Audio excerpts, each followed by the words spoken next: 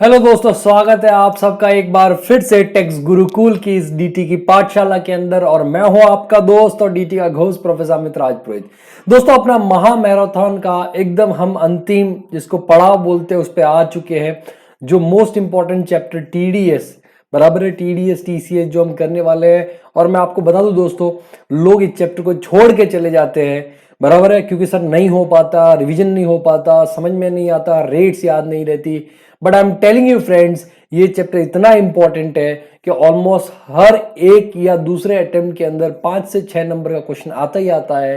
And कुछ ऐसे cases भी हो रखे हैं मेरे ही स्टूडेंट्स के कि सर वो टीडीएस ही छोड़ के गए थे और टीडीएस का ही 6 नंबर का क्वेश्चन आया और उनको 58 59 टैक्स के अंदर मार्क्स आए, मतलब एग्जामिशन से रह गए।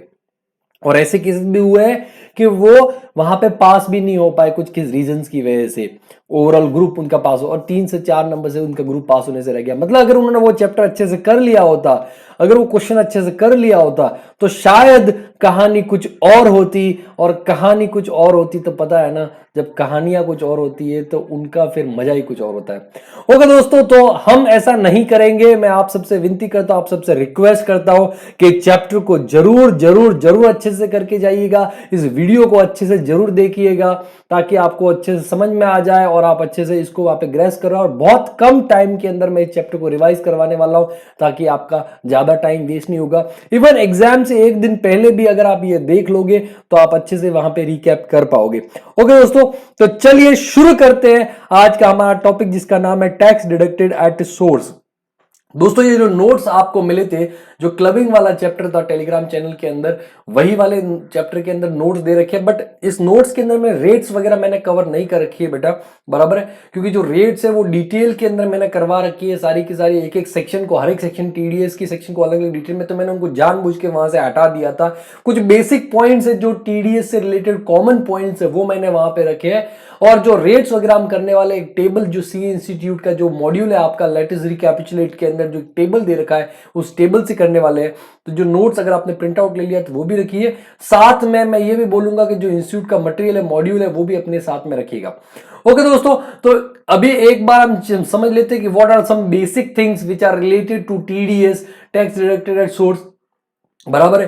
तो देखो, टैक्स तभी डिडक्ट, अच्छा टैक्स डिडक्ट क्यों किया जाता है? टैक्स इसलिए डिडक्ट किया जाता है कि गवर्नमेंट, देखो दो तरह के लोग होते हैं, एक होता है पेयर, दूसरा होता है पेई। एक होता है पेयर, दूसरा होता है पेई, बराबर है। ये है पेयर, ये है मिस्टर पेयर, मिस्टर पेयर, बराबर है। मतलब ये पेमेंट करने वाला है अगर इसको कोई सर्विसेज प्रोवाइड की गई है या फिर किसी भी तरीके से, ठीक है, पेई से कोई उसने कोई सर्विसेज ली या कुछ भी, मतलब ठीक है, तो इन दैट केस वहां पे ये पेयर पेई को पेमेंट करेगा। क्या करेगा बेटा? पेमेंट करेगा।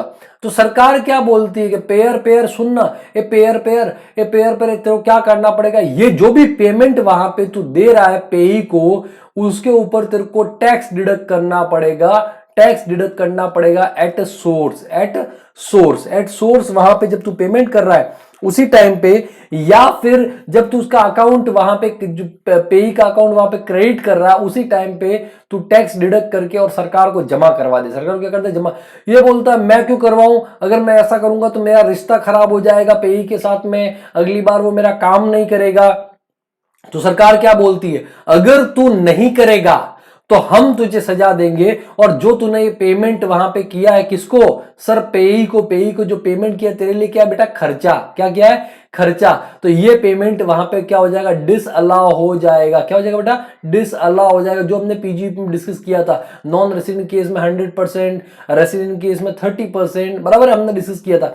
इसके अलावा तेरे को सजा और मिलेगी, तेरे ऊपर पेनल्टी भी लगेगा। क्या लगेगा बेटा? तेरे ऊपर पेनल्टी भी लगेगा 271C के अंदर। हालांकि आपके कोर्स में पेनल्टीज नहीं है, बट 271C के अंदर पेनल्टी भी लगेगा। पेनल्टी सर कितना पेनल्टी? जितना अमाउंट का तेरे को टैक्स डिडक्ट करना था, बराबर है, या जितना अमाउंट का डिडक्ट करके जमा करवाना था उतना अमाउंट का ही पेनल्टी लगेगा। जितना अमाउंट का डिफॉल्ट है उतना अमाउंट का ही पेनल्टी लगेगा।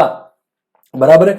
तो और तेरा रहना खाना फ्री भी हो सकता है ऑर्थर रोड जेल के अंदर या तिहाड़ के अंदर, मतलब प्रोसिक्यूशन भी वहां पे पॉसिबल है, ठीक है, प्रोसिक्यूशन भी पॉसिबल है। तो पेयर डर गया, नहीं सर, नहीं सर, अब तो मैं पक्का वहां पे टैक्स डिडक्ट करूंगा, भाड़ में जाए पे ही सर, है ना। मैं अगर बाहर रहूंगा तो सब कुछ कर पाऊंगा, जब मैं बाहर ही नहीं रहूंगा, मैं रहना खाना फ्री हो जाएगा तिहाड़ के अंदर या ऑर्थर रोड जेल के अंदर, तो क्या मतलब है। या फिर मेरे को अगर वहां पे पेनल्टी पे करना पड़ेगा या मेरा खर्चा ही डिसअलाउ हो जाएगा तो मेरे को टैक्स भरना पड़ेगा, तो उससे तो अच्छा है मैं टैक्स वहां पे डिडक्ट कर दूं। तो इसको एक रेस्पॉन्सिबिलिटी दे दी गई है सरकार ने कि भाई तुमको टैक्स डिडक्ट करके वहां पे, क्योंकि इसका गारंटी नहीं है कि भाई ये रिटर्न फाइल करेगा कि नहीं करेगा, बराबर है, ये टैक्स पे करेगा कि नहीं पे करेगा, कौन सर पे ही। तो इसके लिए बोला पेयर को तुम ही काट के दे दो, फिर बाद में अपने आप वो रिटर्न भी फाइल कर लेगा, बराबर है, और जरूरत पड़ा तो टैक्स पे भी कर लेगा और उसका ज्यादा टैक्स तो रिफंड ले लेगा, सिंपल सी बात है। रिफंड से याद आया बेटा मेरे को, ठीक है, कि मैंने अभी रिटर्न भरा था, देखो चेहरा खिलखिलाता है ना वहां पे मेरा। तो अभी रिटर्न भरा था, है ना, 31 ऑफ द यही 31 दिसंबर को मैं रिटर्न फाइल किया था, कि लास्ट डेट थी। तो 10 मैक्सिमम 10 मिनट्स के अंदर रिटर्न फाइल कर लिया था, 10 मिनट से बहुत ज्यादा हो गया बेटा। और मुझे लगा कि रिफंड बहुत लेट आएगा, लेकिन आज मेरा रिफंड भी आ चुका है। तो देखो अच्छा है ना, अच्छा है ना भाई। तो मेरा किसी ने टीडीएस वहां पे टैक्स डिडक्ट किया होगा, बराबर है। मैंने इंस्टीट्यूट में पढ़ाया था, सीए इंस्टीट्यूट डब्ल्यूआईआरसी के अंदर पढ़ाया था, तो डब्ल्यूआईआरसी ने वहां पे मेरा टैक्स डिडक्ट किया था, या एक दो और रेप्यूटेड इंस्टीट्यूट ऐसे क्लासेस वगैरह वहां पे मैंने पढ़ाया था, तो उन्होंने मेरा टैक्स डिडक्ट किया था। और टैक्स डिडक्ट होने के बाद अच्छा खासा अमाउंट जो सरकार के पास में पड़ा था, लेकिन हमारा तो टैक्स आता ही नहीं है। जब हमारा टैक्स ही नहीं आता तो हमको रिफंड मिलना चाहिए। तो रिफंड मिला बेटा, टैक्स का अमाउंट प्लस उसके ऊपर इंटरेस्ट भी मिला, उसके ऊपर ब्याज भी मिला। कब मिला, जब मैंने रिटर्न फाइल किया, ठीक है। तो जो भी टैक्स डिडक्ट होता है वो पेई के लिए क्रेडिट हो जाता है, और अगर उसका टैक्स लायबिलिटी नहीं है तो वो रिफंड भी ले सकता है।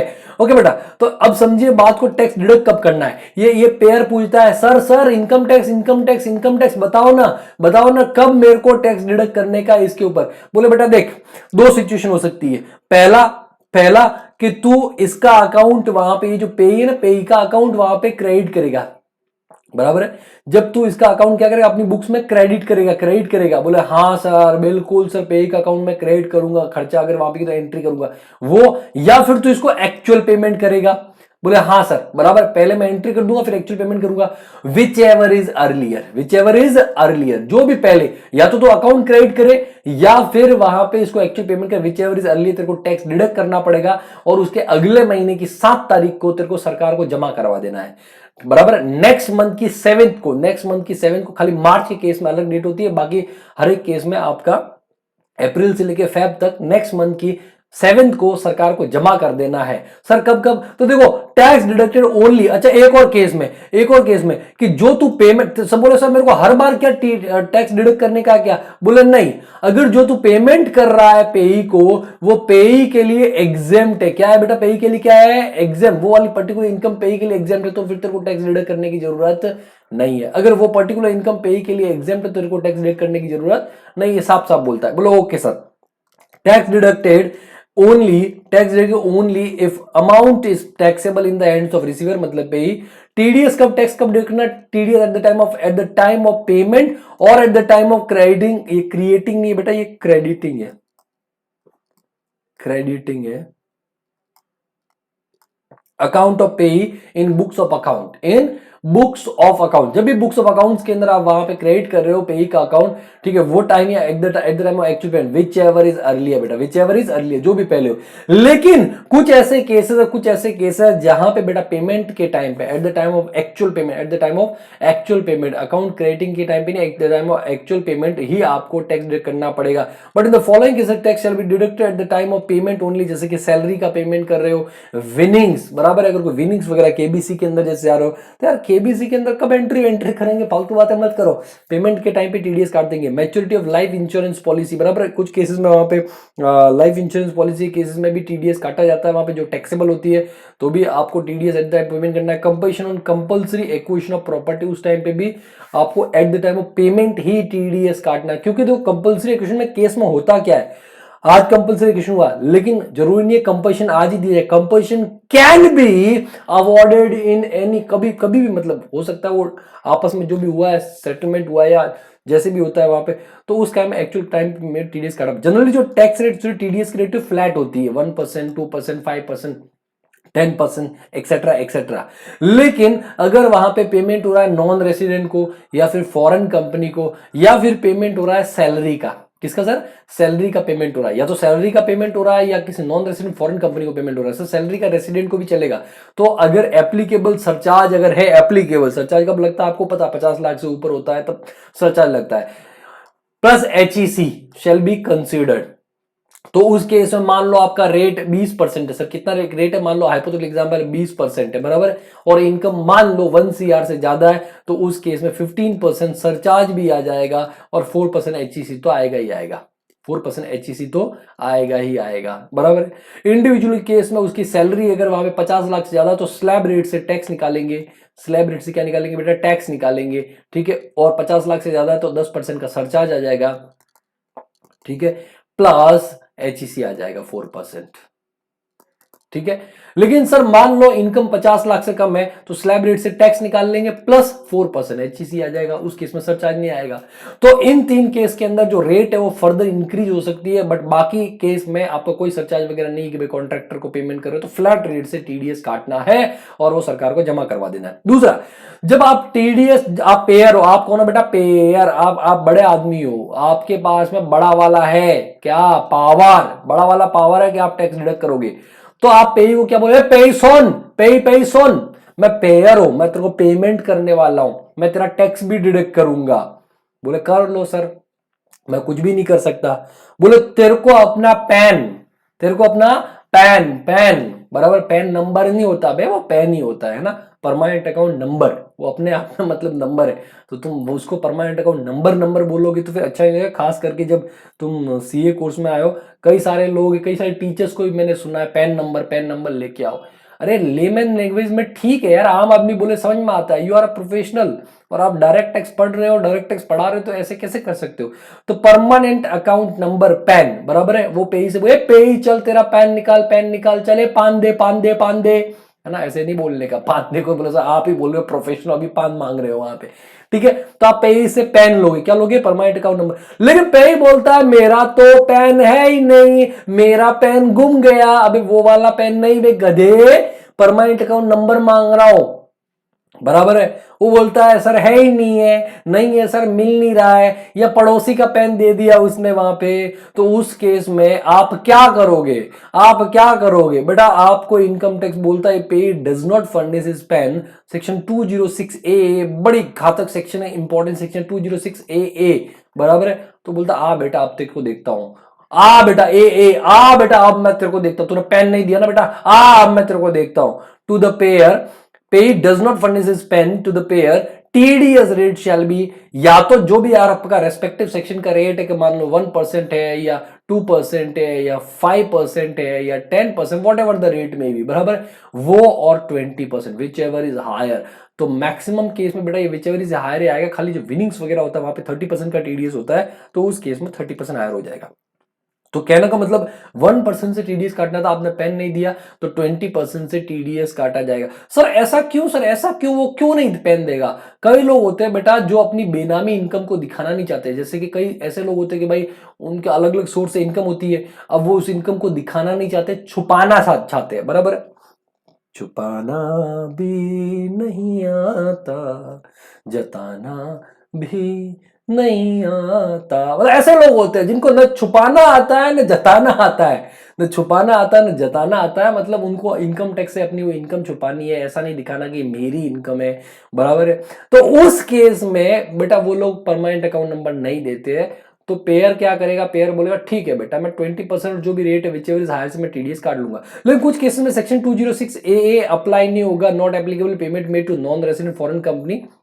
अगर नॉन रेसिडेंट फॉरेन कंपनी को पेमेंट किया जा रहा है interest on long term bonds या any other payment subject to such condition specified, जैसे कि रॉयल्टी का पेमेंट हो रहा है फॉरेन करो, नॉन रेसिडेंट फंड कंपनी को, या फिर कोई इंटरेस्ट वगैरह का पेमेंट हो रहा है, बराबर है कि भाई आप रॉयल्टी पे कर रहे हो, इंटरेस्ट पे कर रहे हो, तो ऑब्वियसली सर उनके पास में तो परमानेंट अकाउंट नंबर जरूरी नहीं। अभी वो आपको इंडिया के लिए वो परमानेंट अकाउंट नंबर लेगा क्या, मतलब एप्पल आपको पेटेंट प्रोवाइड करता है तो वो उसको जो रॉयल्टी मिल रहा है सिर्फ क्या उसके टैक्स, उसके ऊपर हायर टैक्स बचाने के लिए, हायर टीडीएस बचाने के लिए परमानेंट अकाउंट नंबर लेना, दैट इज नॉट पॉसिबल ना। तो वो क्या बोल देगा, ठीक है मेरे को पेटेंट देना ही नहीं, तो इसमें तो किसका घाटा है, इसको बोले इसमें तेरा घाटा, वो वहां से एप्पल बोल देगा इसमें तेरा घाटा, मेरा कुछ नहीं जाता, बराबर है, वो ऐसा बोलेगा एप्पल वहां से। तो जो रॉयल्टी इंटरेस्ट वगैरह ऐसे कुछ पेमेंट्स वगैरह होते हैं, इसमें इंडिया घाटा है। अगर इंडिया जिद पे रहेगा ना ना ना पैन नहीं दोगे तो टीडीएस 20% से काटेंगे काटेंगे काटेंगे, तो बोला कट गया बे, मेरा नहीं तेरा कट गया। वो तो ऐसे बोला इसमें तेरा घाटा मेरा कुछ नहीं जाता, वो वाली बात है, समझे बात मतलब। तो रॉयल्टी इंटरेस्ट वगैरह अगर आप नॉन रेसिडेंट फॉरेन कंपनी को पे करो तो आपको 206 पकड़ के नहीं चलना है, जो रेट से टीडीएस काटना है काट लो। अच्छा, कुछ और पॉइंट, कॉमन पॉइंट समझ लो वहां पे, कि मान लो एक कंपनी है VVIP private limited, VVIP private limited publication company है, मिस्टर एआरपी जो है वो ऑथर है। क्या है मिस्टर एआरपी, एक ऑथर है। मिस्टर एआरपी ने वहां पे वीवीआईपी लिमिटेड को कोई या ऑथर या मान लो कोई कोई प्रोफेशनल मान लो, भाई प्रोफेशनल मान लो, प्रोफेशनल टैक्स कंसल्टेंट ले लो, प्रोफेशनल मान लो वहां पे, बराबर। अब मिस्टर एआरपी ने क्या किया, वीवीआईपी लिमिटेड को कुछ प्रोफेशनल सर्विसेज प्रोवाइड की, तो उस केस में बेटा वीवीआईपी क्या करेगा, पेमेंट ऑफ प्रोफेशनल फीस पे करेगा। सर कितना पेमेंट है sir, 10 lakh. Oh my God, इतना पेमेंट, इतना पेमेंट, ठीक है। तो बेटा अब उसके ऊपर टीडीएस आएगा, बोले बिल्कुल सर टीडीएस आएगा, प्रोफेशनल सर्विसेज के ऊपर टीडीएस वहां पे काटा जाएगा 10% से 194 जे के अंदर। सर इतना तो हमको पता है वहां पे, बिल्कुल। अब मैं क्या बोलूंगा सर, मैं बोलूंगा कि देखो वीवीआईपी जी सुनिए, मैंने आपको सर्विसेज प्रोवाइड की है तो मेरे को जीएसटी पे करना पड़ेगा, तो मैं जो अपना बिल है ना वो 18% जीएसटी, एक मैं रेट, देखो मेरे को नहीं पता कितना रेट है, फालतू बात मत करना, ठीक है। तो 18% का मैंने जीएसटी का रेट वहां पे जोड़ करके और 1,80,000 जोड़ के टोटल 11,80,000 आप मेरे को पेमेंट करोगे, तो वीवीआईपी लिमिटेड 11,80,000 एआरपी को पे करेगा। अब वीवीआईपी लिमिटेड क्या बोलता है, हम तो टीडीएस इस पे काटेंगे 1180 के ऊपर, हम तो टीडीएस किस पे काटेंगे 1180, मतलब 1180 पे टीडीएस काटा, मतलब इस 180 पे भी टीडीएस काटा, बराबर 18,000 टीडीएस काट दिया, तो एआरपी के पास में 18,000 कम जीएसटी आया। अब सरकार जो जीएसटी डिपार्टमेंट तो क्या बोलेगा, हमको तो पूरा 180 चाहिए, मतलब वो अपनी जेब से 18,000 डाल करके पे करेगा, क्या गलत है ना सर। तो इसके लिए ये सर्विस टैक्स के टाइम पे भी ऐसा सिचुएशन था, तो सर्कुलर इशू करके वहां पे बोला गया कि भाई जो जीएसटी का अमाउंट है, बराबर जो जीएसटी का अमाउंट है उसके ऊपर टीडीएस नहीं काटा जाएगा, उसके ऊपर टीडीएस नहीं काटा जाएगा, उसके ऊपर टीडीएस नहीं काटा जाएगा, ध्यान रखना वहां पे, ठीक है। सिर्फ 10 लाख के ऊपर टीडीएस काटा जाएगा, ये कॉमन वहां पे एक पॉइंट आ गया। इसके बाद में वहां पे आपका एक दो और कॉमन पॉइंट समझ लेते हैं, उसके बाद में हम सीधा डायरेक्ट टैक्स रेट्स पे आ जाते हैं, टीडीएस के रेट्स पे आ जाते हैं।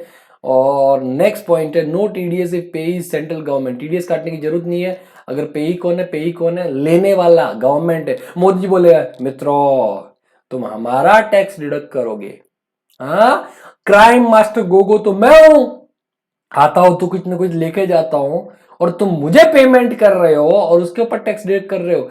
तो अगर वहां पे सेंट्रल गवर्नमेंट है या स्टेट गवर्नमेंट है या आरबीआई है, एनी द स्टेचुटरी कॉर्पोरेशन और एनी म्यूचुअल फंड वगैरह है, तो उनको अगर आप पेमेंट कर रहे हो, बराबर है, टीडीएस काटने की जरूरत नहीं है। सेक्शन 197 एक कॉमन सेक्शन है, where total income of recipient of income payee is not liable to tax or taxable at low rates, then payee can apply to AO, AD नहीं है वो AO है ना, assessing officer, to issue a certificate for non-deduction or lower deduction of TDS. In such a case, payer shall deduct TDS specified such certificate. मान लो आप payment कर रहे हो, ये है पेई, ये कौन है, ये सॉरी ये पेयर है, ये है पेई, पेई। अब जो पेई की इनकम जो बेसिकली है, बात समझना, जो आपने पेमेंट किया, सर कितने का पेमेंट किया, सर 2 लाख का पेमेंट किया, कोई भी अमाउंट ले लो वहां पे, प्रोफेशनल फीस ले लो वहां पे। अब ये जो पेई है ना बेटा, पेई का इसके अलावा कोई इनकम ही नहीं है, तो इसका टोटल इनकम ही वहां पे आपका कितना है, टोटल इनकम ही बेटा 2 लाख से, टोटल इनकम 2 लाख है, मतलब बेसिक म्यूचुअल लिमिट 2.5 लाख है, मतलब यहाँ पे इसको कोई टैक्स ही नहीं पे करना है। फिर भी आप जिद करते हो कि मैं तो टैक्स डिडक्ट करूंगा। अच्छा टैक्स तो छोड़ो, इसको तो रिटर्न ही फाइल नहीं करने का है, इसका total income basic mutual limit से कम है तो इसको तो रिटर्न ही फाइल नहीं करने का है। फिर भी आप जिद कर रहे हो कि सर हम तो टीडीएस काटेंगे, हम तो टीडीएस काटेंगे। वो बोला सर गरीब आदमी हो, क्यों टीडीएस काट रहे हो? अगर आप टीडीएस काटोगे तो मेरे को रिफंड लेने के लिए कि सीए के पास में जाना पड़ेगा, सीए से रिटर्न फाइल करवाना पड़ेगा। सीए मेरे से वहां पे ज्यादा नहीं तो 2-1 हजार रुपए ले लेगा, ठीक है, कोई 5 हजार भी ले सकता है। फिर उसके बाद में मैं रिफंड का वेट करूंगा 20 हजार रुपट्टी के लिए। कितनी रुपट्टी के लिए? तो देखो 20 हजार रुपए का रिफंड, उसमें से 2 हजार सीए ले गया। फिर वो वेट करेगा कब रिफंड आएगा, कब रिफंड आएगा, कब रिफंड आएगा, कब रिफंड आएगा। और उसके बाद में भी पुराने जमाने में ऐसा होता था कि रिफंड लेने के लिए इनकम टैक्स ऑफिस बोले वहां से मैं, सीए वो बोलता था आपका रिफंड मैं लाके दूंगा, मैं इतना टका कमीशन लूंगा। तो सीए बोलता है कि 20 हजार आपका रिफंड है, उसमें से 2 हजार मैं कमीशन लूंगा, बराबर है। तो आपने 2 हजार पहले रिटर्न फाइल करने के लिए दिए, 2 हजार रिफंड के लिए दिए, 4 हजार, 16 हजार में से 20 हजार में से 4 हजार तो सीए को दे दिए वहां पे। इतना हेडेक और कहने का मतलब। तो बोलता है सर आप समझो ना। तो पेयर क्या बोलता, देख मेरे को तो काटना पड़ेगा, सरकार ने मेरे को जिम्मेदारी दी है, मेरे को तो काटना पड़ेगा। तो एक काम कर, जो तेरा असेसिंग ऑफिसर एओ है उससे एक सर्टिफिकेट लिया और वो सर्टिफिकेट लाके मेरे को दे दे, तो मैं टीडीएस नहीं काटूंगा या फिर लोअर रेट से काटूंगा, जो भी मतलब सिचुएशन है वहां पे। तो सर ये 197 बोलता है कि ऐसा हो सकता है। तो ये पे ही भाग के जाएगा एओ के पास में। एओ को बोलेगा एओ एओ सुनो, एओ जी एओ जी एओ जी एओ जी एओ जी सुनो जी। तो बोले क्या? बोले मेरे को एक सर्टिफिकेट दो ना, बराबर है, नॉन डिडक्शन या लोअर डिडक्शन ऑफ टीडीएस का। तो वो सर्टिफिकेट देगा, वो आगे देगा, तो वो टीडीएस नहीं काटेगा, सिंपल सी बात है। फिर उसके बाद बेटा आता है 197A, 197 where income of assessee is less than basic exemption limit, बराबर। एक दूसरा केस आ गया। Then in case of section 192A, 193, 194A, 194I, assessee can give a self declaration in form number 15G, 15H, payer of non declaration of TDS. इस specific section के लिए वहां पे rent receive by mister Shaun is 3,50,000 and he invested ₹1,20,000 in life insurance policy. मतलब आपका ATC के अंदर deduction मिलेगा, ठीक है। Now his NTI is 125। 125 कैसे हो गया बे? अच्छा रेंट रिसीव है तो 30% स्टैंडर्ड डिडक्शन भी होगा, मिलेगा ना वहां पे। तो जो भी है मतलब देख लेना, 125 which is less than basic limit, that is ₹2,50,000। तो उस केस में टैक्स पेबल नील है। Now he can apply in form number 15G, 15H to pay for non deduction of TDS. अभी वेबसाइट पे जाकर के वहीं से आप कर सकते हो। तो ये कुछ कॉमन पॉइंट्स है। अब आते हैं बेटा टीडीएस के रेट्स पे, हम एक एक सेक्शन के ऊपर आते हैं वहां पे। तो सेक्शन ये मॉड्यूल के अंदर जो लेटेस्ट रिकैप्चुलेट है वो एक बार आप ओपन कर दीजिए, वो आपके सामने है। उसके अंदर मैं बताने वाला हूं, उसके अंदर हम डिस्कस करने वाले हैं, ठीक है। कुछ कॉमन पॉइंट्स, कुछ और पॉइंट्स हो गए तो that we will discuss in our sheet.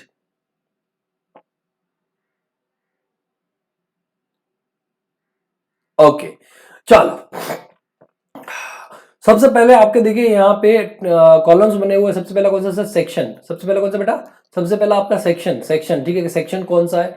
Nature of payment क्या है, कि भाई क्या चीज का पेमेंट हो रहा है, सैलरी है, प्रोफेशनल फीस है, ठीक है, या what ever it is. Threshold limit for deduction of tax at source, बराबर है कि भाई कितना अमाउंट तक टैक्स डिडक्ट नहीं होगा या कितना अमाउंट के बाद में टीडीएस काटा जाएगा, एक लिमिट वहां पे। पेयर कौन होगा, कि पेयर कौन हो सकता है? जो पे करने वाला वो इंडिविजुअल हो सकता है, एचयूएफ, पार्टनरशिप कंपनी, एनी कुछ भी हो सकता है वहां पे। रेसिडेंट, नॉन रेसिडेंट क्या हो सकता है? पे। जिसको मिल रहा है वो कौन होना चाहिए वहां पे रेस्पेक्टिव सेक्शन के अंदर? Rate of tax deducted at source क्या है, टीडीएस का रेट क्या है, और टाइम ऑफ डिडक्शन क्या है, कब टैक्स डिडक्ट करना है, कब टैक्स डिडक्ट करना है, बराबर। अब बेटा थ्रेशोल्ड लिमिट के अंदर वो रीजंस भी आ जाएंगे जहां पे टीडीएस नहीं काटा जाएगा। अगर इसके अलावा कुछ हो तो मैं आपको और अलग से भी बता दूंगा। जैसे कि पहला है आपका सेक्शन 192। 192 बात करता है सैलरी। 192 किसकी बात करता है बेटा? सैलरी। अगर कोई सैलरी का पेमेंट है, कोई सैलरी का पेमेंट है, बराबर, इनकम फ्रॉम सैलरी, अगर एम्प्लॉयर एम्प्लॉय को पे कर रहा है तो उस केस में बेटा आपका 192 अप्लाई हो जाएगा। नेचर ऑफ पेमेंट सैलरी हो गया, ठीक है बेटा। अब दूसरा आता है बेटा कि कब टैक्स डिडक्ट करना है, कब नहीं करना। तो देखो अगर किसी के एम्प्लॉय की इनकम बेसिक एग्जेम्पशन लिमिट से कम है, जो इनकम फ्रॉम सैलरी है, या उसके अलावा जो एम्प्लॉय है दूसरा डिटेल भी देगा, सर मेरा इतना हाउस प्रॉपर्टी का लॉस है या मेरा ये पर्टिकुलर इनकम है, तो वो सारा कंसिडर करने के बाद में टोटल इनकम निकालेगा। अगर वो 2.5 लाख तक या 3 लाख तक जो भी सिचुएशन है, सर 5 लाख नहीं लिखा, 5 लाख की केस में जनरली 80 साल का आदमी जनरली कौन जॉब करेगा, रिटायरमेंट का एज होता है। वैसे ये 3 लाख वाला भी 60 है, लेकिन कुछ लोग करते हैं वहां पे, तो उस केस में ठीक है वो हो सकता है। तो थ्रेशोल्ड लिमिट क्या है sir? Basic exhibition limit is ₹2,50,000, 3 lakh as the case may be, this is taken care of in computation of the average rate of income tax। बराबर है, आप कंप्यूटेशन करोगे उस हिसाब से वहां पे देख लोगे। अगर उससे कम आ रहा है तो बेटा कोई टीडीएस नहीं काटा जाएगा, उसके ऊपर आएगा तो फिर जैसे स्लैब रेट टैक्स काटा जाएगा वैसे काटा जाएगा। पेयर बेटा, पेयर आपका आ जाता है any person responsible for paying any income chargeable under that salary, जो हमने डिस्कस कर दिया, मतलब एम्प्लॉयर। यहाँ पेयर कौन को बेटा, एम्प्लॉयर वहां पे आपका पेयर होगा। ठीक है, पेई कौन होगा सर, एम्प्लॉय। तो एम्प्लॉय सिर्फ इंडिविजुअली हो सकता है सर, वो रेसिडेंट भी हो सकता है, वो नॉन रेसिडेंट भी हो सकता है। ठीक है, उसके बाद में सर टीडीएस रेट, तो एवरेज रेट ऑफ टैक्स से आपको टीडीएस काटना है, बराबर है, जो भी आपका फोर्स में मतलब स्लैब रेट से निकाल करके उससे एवरेज निकाल के उस तरीके से आपको काटना है। सर कब काटना है, तो हम पहले डिस्कस करें eight the time of payment, eight the time of payment. अब बेटा इससे रिलेटेड कुछ पॉइंट्स है तो वो समझ लो। आपका जैसे 192 है तो 192 से रिलेटेड क्या पॉइंट हो सकते हैं सर, तो 192 से related employer shall consider details of other incomes and deduction in of employee. क्या होता है सर, ये है आपका एम्प्लॉय, ये है एम्प्लॉय, ये है एम्प्लॉय, ठीक है, एम्प्लॉय, और ये है आपका एम्प्लॉयर, ये है एम्प्लॉयर, एम्प्लॉयर। तो देखो एम्प्लॉयर के पास में इसकी सैलरी की इनकम की डिटेल तो है, income from salary, income from salary का डिटेल तो है, लेकिन ये अदर इनकम की डिटेल देगा। जैसे कि अगर इनकम फ्रॉम हाउस प्रॉपर्टी तो उसका डिटेल दे देगा। अगर कोई बिजनेस इनकम पीजीपी है तो वो ये चाहे तो दे सकता है, नहीं चाहे तो ना भी दे। ठीक है, पीजीपी का दे देगा डिटेल, वहां पे कोई कैपिटल गेन है तो वो दे देगा, अदर सोर्स वो दे देगा। इसके अलावा जो चैप्टर 6 से के डिडक्शन है, चैप्टर 6 से डिडक्शन जो इन्वेस्टमेंट वगैरह का डिटेल है वो दे देगा, वहां पे सारा का सारा बोल देगा। यहां तक कि इनकम फ्रॉम हाउस प्रॉपर्टी में अगर लॉस भी है तो लॉस का डिटेल भी दे देगा, किसी और हेड का लॉस वहां पे कंसिडर नहीं किया जाएगा।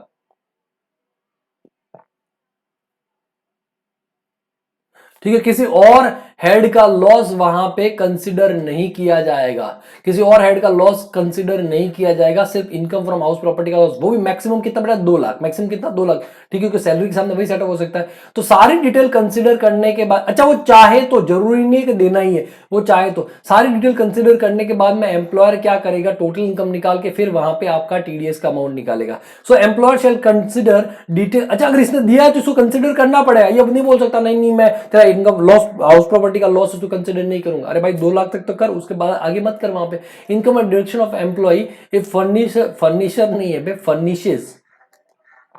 furnishes by employee, employer shall not consider any loss except under the head income from house property. Income from house property, मैंने बोला मैक्सिमम रुपीज कितना, 2 लाख का इनकम फ्रॉम हाउस प्रॉपर्टी, और कोई लॉस कंसिडर नहीं करेगा।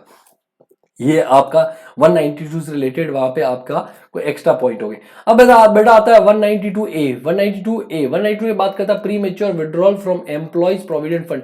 इफ यू रिमेंबर हमने पढ़ा था आरपीएफ, रिकॉग्नाइज प्रोविडेंट फंड पढ़ा था हमने आरपीएफ सैलरी के अंदर। और आरपीएफ सैलरी के अंदर एक चीज वहां पे इंपॉर्टेंट चीज था, वो क्या था बेटा, कि विद इन 5 ईयर्स वहां पे वो विड्रॉ नहीं कर सकता, जॉब नहीं छोड़ सकता। लेकिन अगर विद इन 5 ईयर्स वो विड्रॉ करेगा तो फुली टैक्स, देखो अगर 5 साल बाद में अगर विड्रॉ करेगा, जॉब छोड़ेगा, तो बेटा वहां पे वो एग्जेम्प्ट हो जाएगा पूरा का पूरा सेक्शन 10-12 के अंदर, 10-12 के अंदर पूरा क्या हो जाएगा बेटा, एग्जेम्प्ट हो जाएगा, बराबर है। लेकिन अगर विद इन 5 ईयर्स के अंदर, विद इन 5 ईयर्स के अंदर वहां पे अगर उसने जॉब छोड़ दिया या वो विड्रॉ कर दिया आरपीएफ से, तो बेटा उस केस में वहां पे टैक्सेबल हो जाएगा, टैक्स लगेगा। उसके अंदर कुछ एक्सेप्शन थे कि due to ill health and uncontrollable reason, या एम्प्लॉयर का जो बिजनेस है वो ठप हो गया, या फिर एक जगह से दूसरी के जा रहा है वो जॉब छोड़ के, तो अपना जो बैलेंस था वो वहां पे ले गया, तो उस केसेस में आपका टैक्स नहीं लगेगा। लेकिन अगर ऐसा कोई रीजन नहीं है और उसने आरपीएफ का अमाउंट है वो विड्रॉ कर दिया प्री मेच्योर, मतलब 5 साल के अंदर अंदर वहां पे विड्रॉ कर दिया, तो उस केस में बेटा टैक्स लगेगा। अगर वो अमाउंट 50,000 से ज्यादा है पेमेंट, और aggregate payment up to 50, exceeding 50,000, exceeding कितना बेटा 50,000, तो टैक्स डिडक्ट करना पड़ेगा।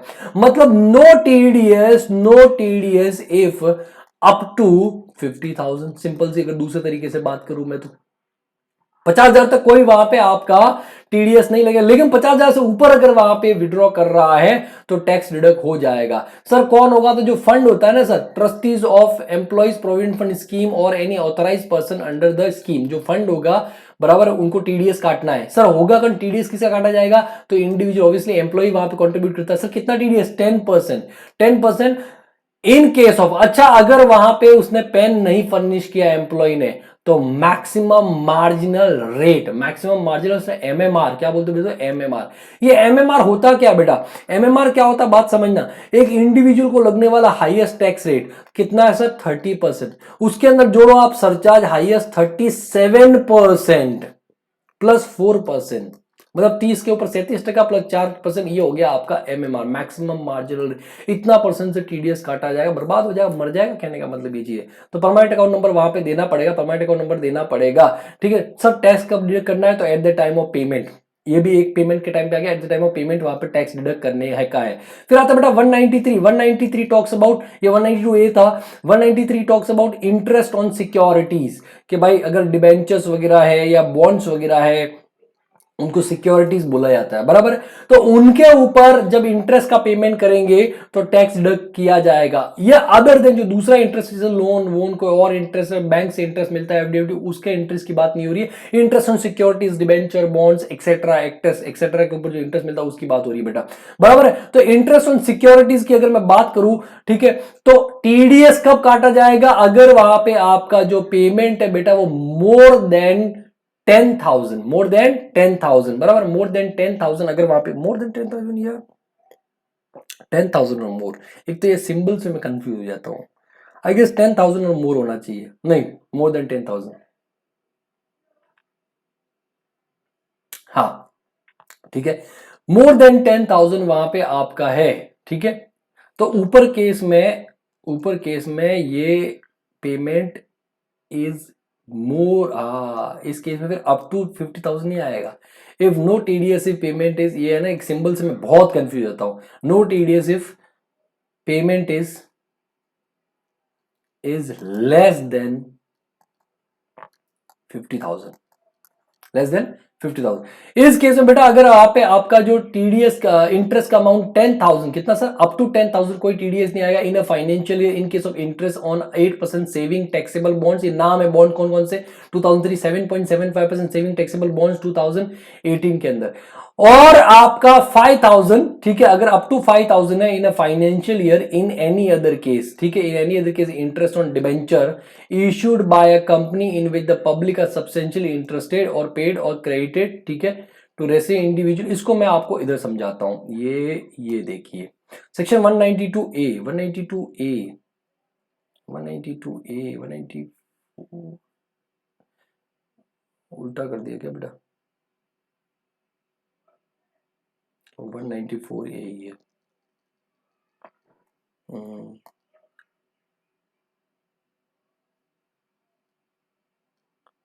उल्टा कर दिया, 193 का करवाता हूं मैं, चलो कोई नहीं, चलो समझो इसको, कुछ इस तरीके से समझो। देखो अगर वहां पे आपका पेमेंट हो रहा है, payment of interest, payment of interest, ठीक है, interest on 8% saving taxable bonds, saving taxable bonds 2003, या फिर आपका 7.75% सेविंग टैक्सेबल बॉन्ड्स 2018, अगर इसका इंटरेस्ट पेमेंट हो रहा है बेटा, और वो कितना है, अप टू 10,000, अप टू कितना बेटा, up to 10,000, up to 10,000, up to rupees 10,000, तो कोई टीडीएस नहीं आएगा, नो टीडीएस। लेकिन अगर वो एक्सीडिंग रुपीज 10,000 है बेटा, तो उस केस में आपका टैक्स डिडक्ट हो जाएगा at the rate 10% under section 193A, 193, बराबर। दूसरे केस में आपका ये वाला कि अगर वहां पे, ठीक है, कोई public limited company, public limited company मतलब लिस्टेड कंपनी, क्या होना चाहिए बेटा, लिस्टेड कंपनी, लिस्टेड कंपनी क्या लिखा, पब्लिक का सब्सटेंशियली इंटरेस्टेड, मतलब लिस्टेड कंपनी क्या पे कर रही है sir, interest on debenture, interest on debenture, ठीक है, इंटरेस्ट ऑन डिबेंचर कैसे सर, अकाउंट पे चेक के थ्रू पे कर रही है, बराबर। इंटरेस्ट ऑन डिबेंचर किसी पेमेंट के लिए अकाउंट पे चेक के थ्रू, सर किसको पे कर रही है सर, वो पे किया जा रहा आपका रेसिडेंट इंडिविजुअल या फिर रेसिडेंट एचयूएफ को पेमेंट किया जा रहा है। कंडीशन लिस्टेड कंपनी होना चाहिए, इंटरेस्ट ऑन डिबेंचर होना चाहिए, अकाउंट पे चेक के थ्रू पेमेंट हो रहा है वहां पे, ठीक है, अकाउंट पे चेक के थ्रू पेमेंट हो रहा है, और रेसिडेंट इंडिविजुअल एचयूएफ को बेटा, उस केस में अगर पेमेंट जो हो रहा है, इंटरेस्ट कितना है सर, इंटरेस्ट अप टू 5,000, अगर आप इंटरेस्ट अप टू 5,000 बेटा, नो टीडीएस, नो टीडीएस, कोई टीडीएस नहीं डिडक्ट किया जाएगा।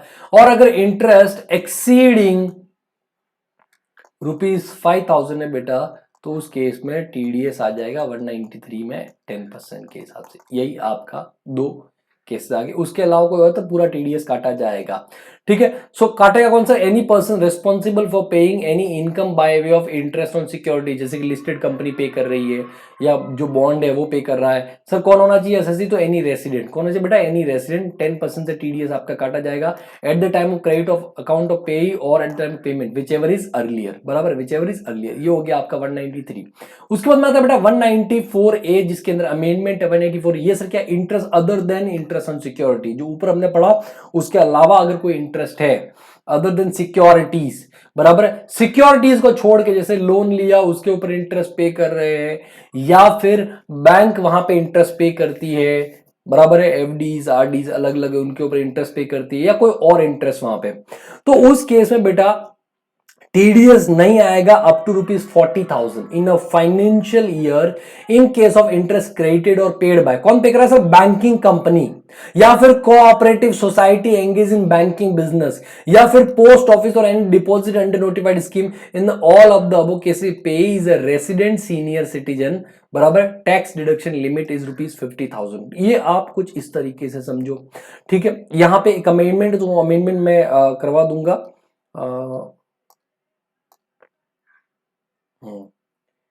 यहां पे मैं कर देता हूं 40,000।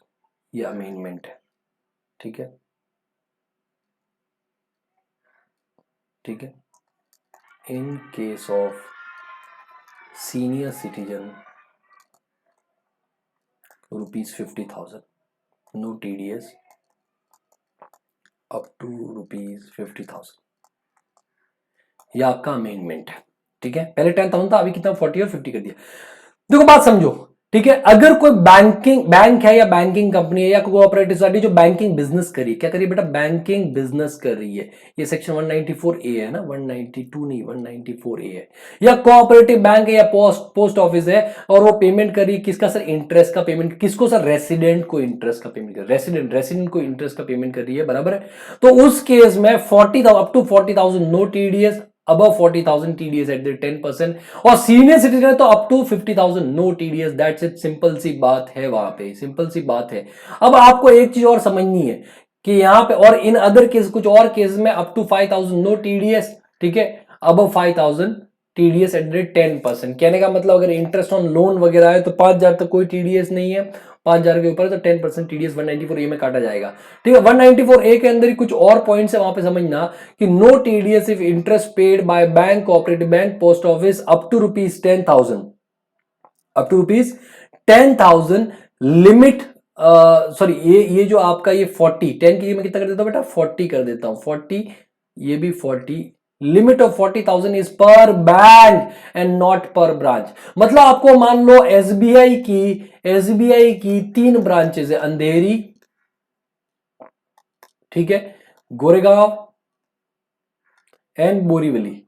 ये 3 ब्रांचेस से एक ही आदमी को इंटरेस्ट मिल रहा है। यहां से मिल रहा है 10,000, यहां से मिल रहा है 20,000 और यहां से मिल रहा है बेटा 40,000। तो आप बोलोगे खाली सर इस पे टीडीएस आएगा, इन दोनों पे टीडीएस? ना मुन्ना ना, तीनों मिला के सर 40, 20, 60 और कितना होता है सर? ये होता है 70। सर पूरे पे टीडीएस 10% काट दिया जाएगा, क्योंकि सर पर बैंक है। तो लिमिट क्या है? पर बैंक, पर ब्रांच नहीं है। ठीक है, क्योंकि आजकल वो जो आपका सीबीएस हो चुकी है, सारी बैंकें कोर बैंकिंग सॉल्यूशन सब ऑप्ट कर रखी है वहां पे ऑलमोस्ट। शायद 1-2 बैंक ने नहीं किया होगा तो नहीं किया होगा, मैं श्योरिटी के साथ नहीं बोला, बड़ा मैक्सिमम बैंक्स वहां पे आ चुकी है। तो उस केस में फिर यहाँ पे आपको पर बैंक की लिमिट देखना 40,000 का, सीनियर सिटीजन केस में 50,000 का लिमिट।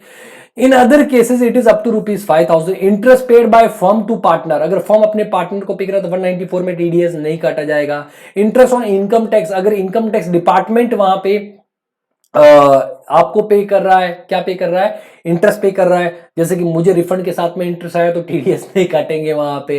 या आप इनकम टैक्स को इंटरेस्ट पे कर रहे हो कि भाई लेट फाइलिंग का या किसी और रीजन की वजह से, या 234 एबीसी हमने पढ़ा था वहां पे। बराबर है, तो उस केस में भी आपको टीडीएस पे करने की जरूरत नहीं है, टीडीएस डे करने की जरूरत नहीं है, मारेंगे इनकम टैक्स वाले। Interest on saving bank, saving bank के ऊपर टीडीएस नहीं काटा जाएगा। Interest paid on any bank, अगर आप बैंक को इंटरेस्ट पे कर रहे हो कि बैंक से लोन लिया उसको इंटरेस्ट पे कर रहे हो और उसमें टीडीएस काट रहे हो तो गलत हो जाएगा ना सर। एलआईसी को, UTI, any other insurance company को पे कर रहे हो, टीडीएस नहीं काटा जाएगा। Interest paid by cooperative society to its member और एनी अदर कोऑपरेटिव सोसाइटी, एक कोऑपरेटिव सोसाइटी दूसरी कोऑपरेटिव सोसाइटी को इंटरेस्ट पे करती है, या एक कोऑपरेटिव सोसाइटी अपने मेंबर्स को, बराबर जो शेयर होल्डर्स होते हैं उनको इंटरेस्ट पे करती है, टीडीएस नहीं आएगा। ठीक है, इसके अलावा interest paid in respect of certain schemes of post office, जैसे किसान विकास पत्र, केवीपी, इंदिरा विकास पत्र, IVP, national saving certificate, NSC, post office monthly income account या पोस्ट ऑफिस रेकरिंग डिपॉजिट, इसके ऊपर भी टैक्स डिडक्ट नहीं होगा। ये आपका 194A से रिलेटेड सारे के सारे पॉइंट्स थे। ठीक है, उसके बाद में बेटा आगे बढ़ते हैं, अच्छा इसमें क्या है sir, rate of TDS sir कितना है, 10% है। एनी रेसिडेंट हमने डिस्कस कर लिया था। At the time of account crediting account of payee और at the time of payment whichever is earlier, ठीक है। अदर केस में ये 5000 अप टू 5000 नो टीडीएस, उसके ऊपर होगा तो आपका बेटा, ठीक है, टैक्स डे कर लेंगे 10% से। 194B बेटा, 194B बात करता है winnings from any lottery, crossword puzzles, card game, मतलब जो हॉर्स रेसेस होती है उनको छोड़ के जितनी भी विनिंग्स होती है 194B के अंदर टैक्स डिडक्ट किया जाएगा। अगर विनिंग्स अप टू 10,000 है, बराबर, no TDS if winnings up to कितना है, 10,000, कोई टीडीएस नहीं आएगा। लेकिन 10,000 से ऊपर अगर आपका विनिंग्स है, सर 10,000 कैसे देखना है, पर विनिंग देखना है, एग्रीगेट, बेटा एग्रीगेट देखोगे आप, टोटल मिला के देखो, पर विनिंग्स तो देखोगे तो हो गया कल्याण, कहने का मतलब। तो आपको वहां पे एग्रीगेट देखना है, क्या देखना बेटा, एग्रीगेट देखना है। The person responsible for paying income by way of such winning, जो पेमेंट कर रहा है विनिंग्स का, भाई केबीसीए है, तो जो भी पेमेंट करने वाला है केबीसीए के अंदर, उसको टैक्स डिडक्ट करने का, any person sir, any person, बराबर है, कोई भी होगा वहां पे 30% से टैक्स डिडक्ट किया जाएगा। ठीक है, at the time of payment, सीधी सी बात हमने पहले डिस्कस किया विनिंग्स के ऊपर, एट द टाइम पेमेंट। फिर 194B भी विनिंग्स फ्रॉम हॉर्स रेसेस, मैंने बोला 194B में हॉर्स रेसेस को छोड़कर सारी विनिंग्स आ जाएगी, 194B में हॉर्स रेसेस आ जाएगी। यहाँ पे भी सेम कॉन्सेप्ट, 10,000 तक कोई टीडीएस नहीं। ठीक है, और उसके बाद में आपका वहां पे 10,000 नहीं, सॉरी ये एग्रीगेट नहीं सर, ये पर विनिंग्स है सर, ये पर विनिंग्स है, पर विनिंग्स है ना, 10,000। यहाँ पे आपका अप टू 10,000 कोई टीडीएस नहीं, उसके ऊपर वहां पे आपका टैक्स डिडक्ट कर लिया जाएगा। ठीक है, कौन सा जो बुक मेकर होता है, जिनके पास में लाइसेंस होता है कि भाई महालक्ष्मी रेस कोर्स में, एनी पर्सन 30% टीडीएस काटा जाएगा at the time of payment वहां पे। उसके बाद बेटा आता है 194C, payment to contractors, very important section, very important. 192 important है, 194A इंपॉर्टेंट है, बराबर। 194C payment to contractors, payment to contractors, के भाई कॉन्ट्रैक्टर है तो उनको पेमेंट कर रहे हो तो टैक्स डिडक्ट किया जाएगा। ठीक है, कब सर, सिंगल सम क्रेडिटेड और पेड अप टू ₹30,000, कोई टैक्स नहीं आएगा, कोई टीडीएस नहीं काटेगा, अप टू ₹30,000 कोई टीडीएस नहीं, सिंगल अमाउंट। और aggregate amount up to ₹1 lakh कोई टीडीएस नहीं काटा जाएगा, बराबर है। लेकिन 1 लाख से जैसे ही ऊपर जाएगा तो वहां पे टीडीएस काटा जाएगा। इसको कुछ इस तरीके से समझो समझो समझो समझो। ठीक है, प्रीवियस ईयर 1920 के अंदर बात समझना, ये पेयर पेमेंट कर रहा है किसको सर, पेई को पेमेंट कर रहा है। सर किसका पेमेंट है, कॉन्ट्रैक्ट, कॉन्ट्रैक्ट का पेमेंट है सर। अप्रैल, यहां पे मैं 1920 डेट आप यहां पे 19 कर लो, 19 19 19 19 1920। ठीक है सर, पेमेंट किया गया 25,000 का, सिंगल पेमेंट, एक बिल वहां पे किया 25,000 का सर, कोई टीडीएस नहीं काटना क्योंकि up to 30,000 no TDS, no TDS. Sir मई 19 के अंदर पेमेंट किया 15,000 का, सेम यहां पे भी कोई टीडीएस नहीं, सिंगल पेमेंट अप टू ₹30,000। 19 जून को सर, जून 2019 के अंदर 31,000 पेमेंट, सर टीडीएस आएगा। लेकिन सर क्या पूरे अमाउंट अब तक, ना ना ना, खाली 31,000 पे, 31,000 पे टीडीएस आएगा। ठीक है, फिर उसके बाद में अगस्त 19 पे 10,000 का पेमेंट किया, फिर से टीडीएस नहीं आएगा क्योंकि आपका अप टू 30,000 सिंगल पेमेंट है, कोई टीडीएस नहीं काटना है, नो टीडीएस।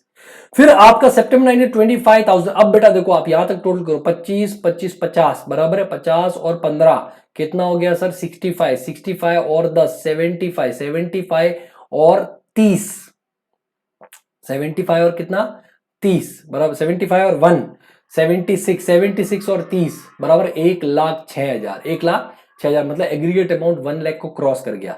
तो बेटा आप टीडीएस काटोगे सर, पूरा 1,06 पे काट दे, अरे भाई मेरा लाल 31,000 पे तो ऑलरेडी तो काट चुका है ना, तो उसके ऊपर डबल टीडीएस कैसे काटेगा। तो जो उस 31,000, 1,06,000, 1,06,000 में से 31 के ऊपर तू ऑलरेडी टीडीएस काट चुका, तो बचा कितना सर, 75,000 के ऊपर आप टीडीएस काट लोगे। अब उसके ऊपर जितना भी पेमेंट होगा, 700 रुपए का पेमेंट किया बेटा टीडीएस काटा जाएगा, 1500 का पेमेंट किया बेटा टीडीएस काटा जाएगा, क्योंकि एग्रीगेट 1 लाख को क्रॉस कर गया। तो no TDS if single payment is up to ₹30,000 and aggregate payment is ₹1 lakh. No TDS if contract is for personal purpose of individual HUF, कि भाई मेरे को मेरे घर में पेंट करवाने का है, पर्सनल पर्पस का कॉन्ट्रैक्ट हो गया, मेरे को कोई टीडीएस काटने की जरूरत नहीं है। मेरे घर में प्लम्बिंग करवाने का पर्सनल पर्पस का कॉन्ट्रैक्ट हो गया, टीडीएस मेरे को काट, क्योंकि मैं इंडिविजुअल एचयूएफ खाली इंडिविजुअल एचयूएफ को ये छूट है वहां पे, बराबर है, टीडीएस काटने की जरूरत नहीं है, बराबर। मेरी बेटी का मुंडन संस्कार है या होली का फंक्शन वहां पे है, तो उसके लिए मैंने खाना वाना रखा, कैटरर को मैंने पेमेंट किया, वहां पे कितना भी पेमेंट किया, मेरे को टीडीएस काटने की जरूरत नहीं, क्योंकि पर्सनल पर्पस का है वहां पे, बराबर है। मेरी शादी थी, उस टाइम पे बहुत सारा खर्चा किया, मंडप कीपर को पेमेंट किया, वहां पे कैटरर को पेमेंट किया, और भी बहुत सारे पेमेंट किया, बस वाले को पेमेंट किया, वहां पे कैमरा वाले को पेमेंट किया, सारे जो कॉन्ट्रैक्ट हुए थे पर्सनल पर्पस से कॉन्ट्रैक्ट थे, टीडीएस काटने की जरूरत नहीं थी। खाली 194C एंड 194J, ध्यान रखना, 194C एंड 194J के अंदर वहां पे पर्सनल पर्पस के जो कॉन्ट्रैक्ट, पर्सनल पर्पस के जो फीस वगैरह पे की जाती है, उसमें आपको टीडीएस काटने की जरूरत नहीं है। बाकी जो दूसरे सेक्शन है, पर्सनल पर्पस के लिए भी आपको टीडीएस काटना पड़ेगा, पर्सनल पर्पस के लिए भी आपको टीडीएस टैक्स डिडक्ट करना पड़ेगा। खाली ये दो सेक्शन में वहां पे पर्सनल पर्पस के लिए कॉन्ट्रैक्ट तो टैक्स डिडक्ट करने की जरूरत नहीं है। ये एक इंपॉर्टेंट चीज है जो समझना, ठीक है। उसके अलावा सर कुछ और पॉइंट्स है, for the purpose of contract, contract के लिए एक वहां पे आता है वर्क, वर्क किसको बोलेंगे, बराबर है, वर्क किसको बोलेंगे, तो वर्क में क्या क्या आएगा सर, एडवर्टीजमेंट अगर वहां पे, तो वर्क की डेफिनेशन में आएगा, ब्रॉडकास्ट करवा रहे हो टीवी चैनल के थ्रू, उसको वर्क की डेफिनेशन में, टेलीकास्ट करवा रहे हो वर्क के कॉन्ट्रैक्ट में, कैटरिंग वर्क के डेफिनेशन में आएगा, carries of goods passengers other than railways, कि भाई आपने ट्रक वाले को, ट्रांसपोर्ट वाले को हायर किया, बस वाले को हायर किया, वर्क की डेफिनेशन आएगा, मतलब टीडीएस काटना पड़ेगा, प्रोवाइडेड पर्सनल पर्पस के लिए नहीं है वहां पे, ठीक है। मैंने मेरी ऑफिस की पिकनिक रखी, उसके लिए मैंने कैटरर को पेमेंट किया, टीडीएस काटना पड़ेगा, भले मैं individual, doesn't matter, provided single payment 30,000 से ज्यादा, और जो एग्रीगेट पेमेंट है बेटा वो 1 लाख से ज्यादा है, ठीक है। उसके अलावा अगर मैं बात करूं, कि भाई मैंने अपने ऑफिस की पिकनिक रखी, मैंने बस वाले को पेमेंट किया, टीडीएस काटना पड़ेगा, समझा बात, मतलब मंडप कीपर को पेमेंट किया, टीडीएस काटना पड़ेगा, वर्क की डेफिनेशन में आते हैं, ठीक है। मैन्युफैक्चरिंग और सप्लाइंग ऑफ एनी प्रोडक्ट और as per specifications of the customer out of material purchase supplied by customer, job work, बराबर, जॉब वर्क भी बेसिकली वर्क के डेफिनेशन में आएगा। सर जॉब वर्क का मतलब क्या होता है, मेरी बात समझो, मैं 3 एग्जांपल लूंगा। एग्जांपल नंबर 1, मान लो मेरे को ऑफिस के लिए फर्नीचर चाहिए, ऑफिस के लिए क्या चाहिए बेटा, फर्नीचर, अच्छा फर्नीचर की छोड़ो, मेरे को है ना सर बच्चों को गिफ्ट देने के लिए, भाई जो मेरे क्लास वगैरह के जो पढ़ते हैं, या जो मेरा केबीसीए देखते हैं, या जो आओ हम केस करे देखते हैं वहां पे, तो मैंने गिफ्ट हैम्पर्स वहां पे अनाउंस किए, तो मेरे को ना बेटा कुछ टी शर्ट्स बनवानी है, टेक्स गुरुकुल का लोगो लगा के टी शर्ट बनवानी है, मैंने टी शर्ट या शर्ट बनवानी है, बराबर है। अब वो मेरा बिल्कुल ऑफिस का पर्पस है, वो किसी भी तरीके से पर्सनल पर्पस नहीं है, तो मैं एक वेंडर के पास में गया, मैंने कहा मेरे को पर्टिकुलर ऐसी टी शर्ट चाहिए, ये डिजाइन चाहिए, यहाँ पे लोगो चाहिए रहेगा टेक्स गुरुकुल का, यहाँ पे नाम लिखा हुआ होना चाहिए टेक्स गुरुकुल, बराबर है, डीटी की पाठशाला लिखा हुआ होना चाहिए, डीटी का घोष ऐसे लिखा हुआ होना चाहिए, ऐसे ऐसे मेरे को टी शर्ट चाहिए, 100 टी शर्ट चाहिए। बोले सर हो जाएगा, बोले ये सब देखो, ये आप यहाँ पे तैयार है सर, हमको पता था सर आपका लोगो वोगो तो सर हमने पहले से, हम तो सर आपके लोगो के फैन है, आपके फैन है सर, आपका बहुत मार्केट में नाम है सर, तो हम सर ऐसी टी शर्ट ऑलरेडी बेच रहे हैं सर, ये देखो ना सर, ऐसी यही सेम लोगो है डीटी का घोष, डीटी बहुत हमारे पास लोग आते हैं, आपके स्टूडेंट वगैरह बहुत लोग खरीदने आते हैं, तो हम तो बेच रहे हैं। मैंने कहा वाह यार, मैं इतना फेमस हूं, मैं क्या करूं अगर मैं इतना फेमस हूं, मैं क्या करूं अगर मैं इतना फेमस हूं। बोले सर मीम वाली नकल मत करो, तो मैं क्या करूं, बराबर है। तो कहने का मतलब है वहां पे कि उसके पास में ऑलरेडी बना हुआ वो टी शर्ट में खरीद के लेकर के आया, मैं उसको पेमेंट कर रहा हूं, मान लो 50,000 का पेमेंट कर रहा हूं, सिंगल पेमेंट 30,000 ज्यादा है, क्या टीडीएस कटेगा, ना मुन्ना ना, this is not work, it is normal sale और परचेज वाला कॉन्सेप्ट है, टीडीएस नहीं आएगा। दूसरा, मैं जाता हूं वहां पे, भाई मेरे को ऐसा टी शर्ट चाहिए, ऐसा लोगो चाहिए, उसके ऊपर ऐसा टेक्स्ट गुरुकुल नाम लिखा हुआ होना चाहिए, इस तरह का कलर होना चाहिए, इस तरह का मटेरियल होना चाहिए, कपड़ा वगैरह। बोलो सर मिल जाएगा, आप 2 दिन बाद में आ जाओ, आपको बना के दे दूंगा। मैंने कहा ठीक है, मैं 2 दिन बाद में गया, उसने मेरे को बना करके दे दिया, मैंने उसको पेमेंट किया 50,000 का, सिंगल पेमेंट 30,000 से ज्यादा है, वहां पे टीडीएस आएगा क्या, नहीं आएगा sir, this is also not work, मैंने सिर्फ अपना स्पेसिफिकेशन दिया है, मैंने सिर्फ और सिर्फ अपना स्पेसिफिकेशन दिया है, मटेरियल वटेरियल मैंने कुछ नहीं दिया वहां पे, उसने मेरे को दे दिया। बेटा ये भी एक तरह से होता है ना कि आप मार्केट में जाते हो, आप छपवा के ऐसे टी शर्ट वगैरह छपवा के आते हो, या अपनी पसंद से अपने स्पेसिफिकेशन से चीजें वहां पे करवा के लेके आते हो, दैट इज नॉट वर्क, बराबर, टीडीएस नहीं काटा जाएगा। लेकिन तीसरा मैंने बोला रुक, मैं क्या करूंगा, तेरे को जो कपड़े का मटेरियल है वो मैं खरीद करके देता हूं, या मैं किसी अपने वेंडर को बोलता हूं वो तेरे को कपड़ा देगा वहां पे। बात समझा? कपड़ा मैं दे रहा हूं या मैं किसी वेंडर से दिलवा रहा हूं। नंबर वन, स्पेसिफिकेशन मैं दे रहा हूं, इधर लोगो आना चाहिए, इधर नाम आना चाहिए, ऐसा कलर होना चाहिए, ऐसा डिजाइन होना चाहिए। स्पेसिफिकेशन मैं दे रहा हूं पूरा का पूरा, मतलब मटेरियल मैं दे रहा हूं, स्पेसिफिकेशन मैं दे रहा हूं, समझो बात को। अब वो मेरे को बना करके दे रहा है, ओके सर, अपना दिमाग बिल्कुल नहीं लगा रहा है वहां पे, वो मेरे को बना के दे रहा है, 50,000 की पेमेंट। दिस इज वर्क बेटा, ये जॉब वर्क है एक तरह से। ये क्या बेटा? जॉब वर्क है, वर्क है। टीडीएस अब मेरे को 50,000 के ऊपर काटना पड़ेगा।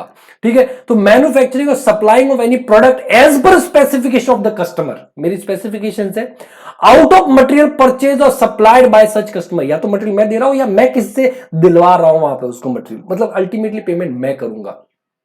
समझा बात? ये जॉब वर्क के टीडीएस काटा जाएगा।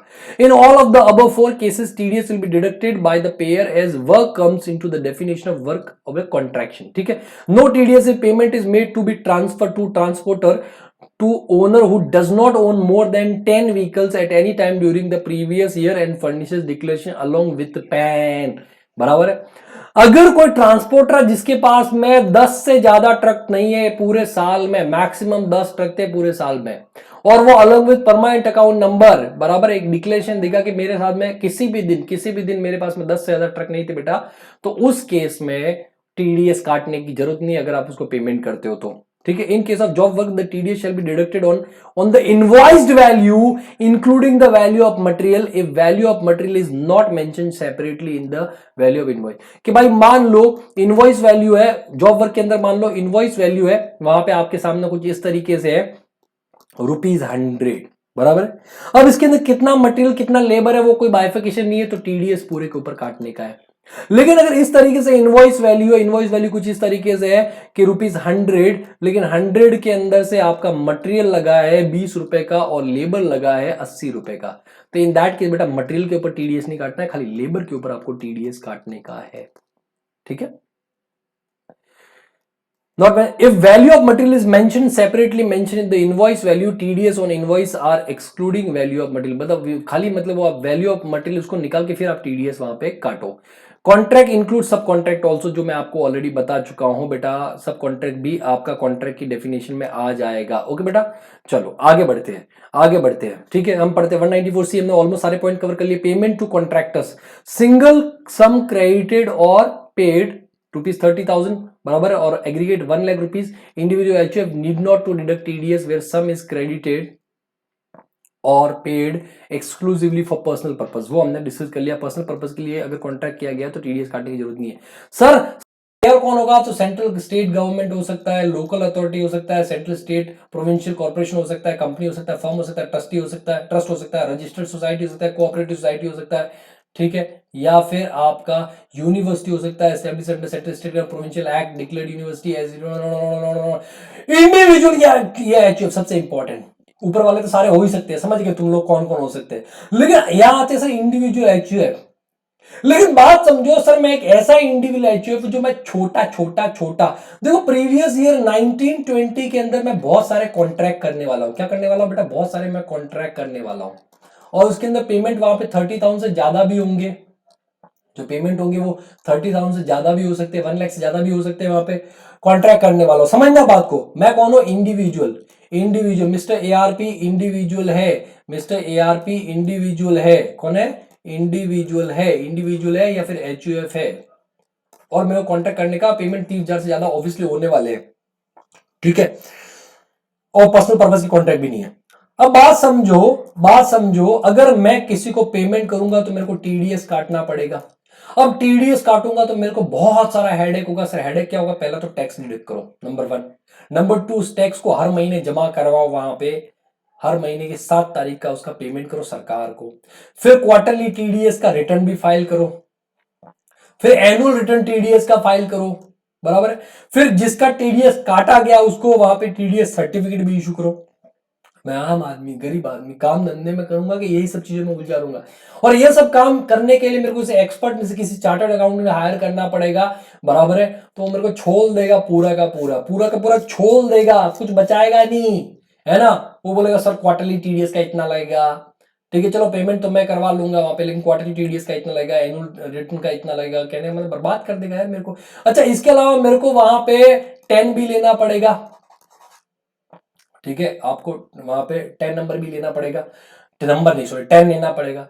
तो मेरे लिए तो बहुत हेडेक है ना। तो सरकार ने क्या किया कि अगर तुम इंडिविजुअल एचयूएफ हो और जिस साल में तुमको टीडीएस काटा उसे इमीडिएटली पहले के साल मतलब प्रीवियस ईयर 18-19 के अंदर, प्रीवियस ईयर 18-19 के अंदर अगर आपका टर्नओवर और ग्रॉस रिसीट ठीक है अप टू 1 CR था, अप टू कितना रुपीज 1 CR, मतलब आप टैक्स ऑडिट के लिए लायबल नहीं थे, टैक्स ऑडिट के लिए लायबल नहीं, you are not liable for the tax audit. भाई टैक्स ऑडिट के लायबल कब होते हैं 1 CR, जरूरी नहीं है कि भाई आप टैक्स ऑडिट करवाना ही करवाना है, 44AD ऑप्ट कर सकते हो, 44A ऑप्ट कर सकते हो, 50 लाख से ऊपर जाता है तो 1 CR और 50 लाख बराबर है, ये लिमिट से ऊपर जाता था आपको टैक्स ऑडिट के लिए लायबल हो जाते हो वहां पे। तो अगर कोई असेसी 1 CR से ऊपर जा रहा है और 44AD ऑप्ट कर रहा है तो बेटा वो भी टैक्स ऑडिट के लिए लायबल था, बात समझना।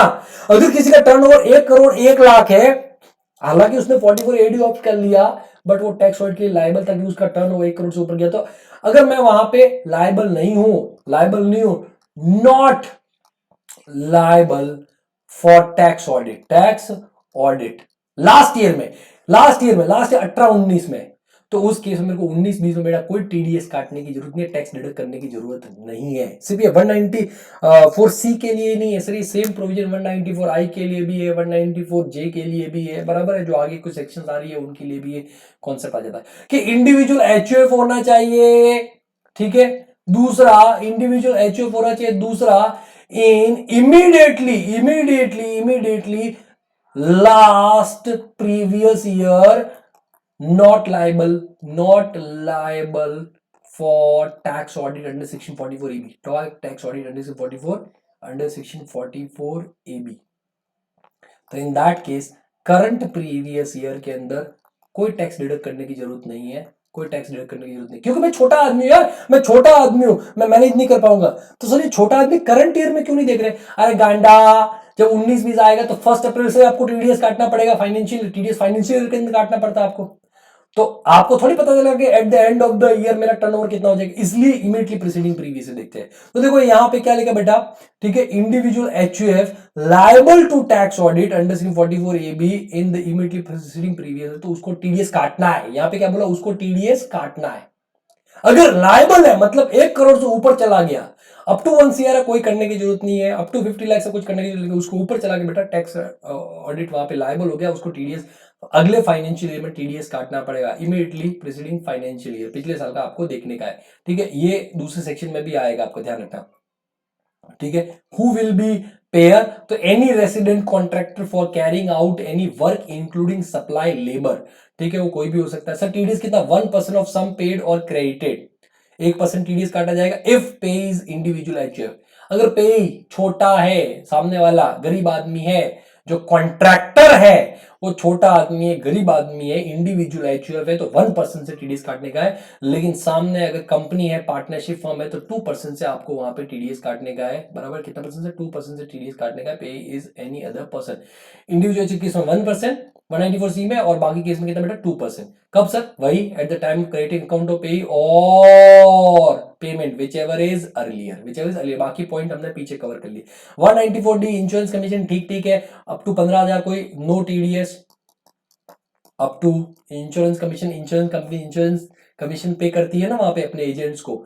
ठीक है, अप टू ₹15,000, 15,000 तक अगर उनको पेमेंट किया कोई टीडीएस नहीं आएगा। अगर उसके ऊपर फाइनेंशियल ईयर, ये लिमिट फाइनेंशियल मतलब एग्रीगेट पेमेंट आप देखोगे, ठीक है, तो उसके ऊपर होगा तो बेटा 5% से टीडीएस काट लेंगे। इंश्योरेंस कंपनी होगा और एनी रेसिडेंट, पेई वहां पे कौन होगा, एनी रेसिडेंट, भाई again eight the time of credit account of पे और विच payment whichever is earlier. 194D इसके अंदर अमेंडमेंट थोड़ा इंपॉर्टेंट हो जाए, any sum under life insurance policy के, लाइफ इंश्योरेंस पॉलिसी के अंदर कोई मैच्योरिटी अमाउंट मिला जो टैक्सेबल है इन द हैंड्स ऑफ पे, इन द हैंड्स ऑफ रिसीवर, अगर वो टैक्सेबल है लाइफ इंश्योरेंस जो मैच्योरिटी अमाउंट मिल रहा है, बराबर है, तो अगर वहां पे टीडीएस नहीं आएगा, no TDS if less than ₹1,00,000। अगर 1 लाख से कम है तो टीडीएस नहीं आएगा, 1 लाख और मोर है तो बेटा टीडीएस वहां पे आ जाएगा, agreement amount of payment to a payee. ठीक है, इन अ फाइनेंशियली, पूरे साल में 1 लाख से नीचे है तो कोई टीडीएस नहीं, 1 लाख से ऊपर है तो टीडीएस आएगा कितना परसेंट सर? 5%। ये रेट आपका चेंज हो गया 1%, 5%। वहां पे आपका डेट ये दे रखो 1 सितंबर से पहले अगर टीडीएस काटा गया है, सॉरी 1 सितंबर से पहले अगर वहां पे पेमेंट हो रहा है तो 1% से, 1 सितंबर के बाद में अगर है I like your classes but you do some fun. Okay, you do some fun, I like your classes. वाह, चलो। तो 1 सितंबर 2019 कमेंट आया तो नोटिफिकेशन आया था, मतलब ऐसे। तो अगर 1 सितंबर 2019 या उसके बाद में अगर पेमेंट किया है तो बेटा 5% टीडीएस, अदरवाइज कितना बेटा? ठीक है, 1% टीडीएस एनी रेसिडेंट के केस में पे ही वहां पे at the time of payment he TDS काटा जाएगा, जो हमने पहले देखा था वहां पे। उसके बाद में आता बेटा 194E, पेमेंट हो रहा है non resident sportsman sports association और income referred in section 115 BBA. ठीक है, पहली बात तो सर वहां पे पेमेंट किस चीज का हो रहा है? ठीक है, पेमेंट हो रहा है कोई non resident, non citizen, non, मेरी बात समझना,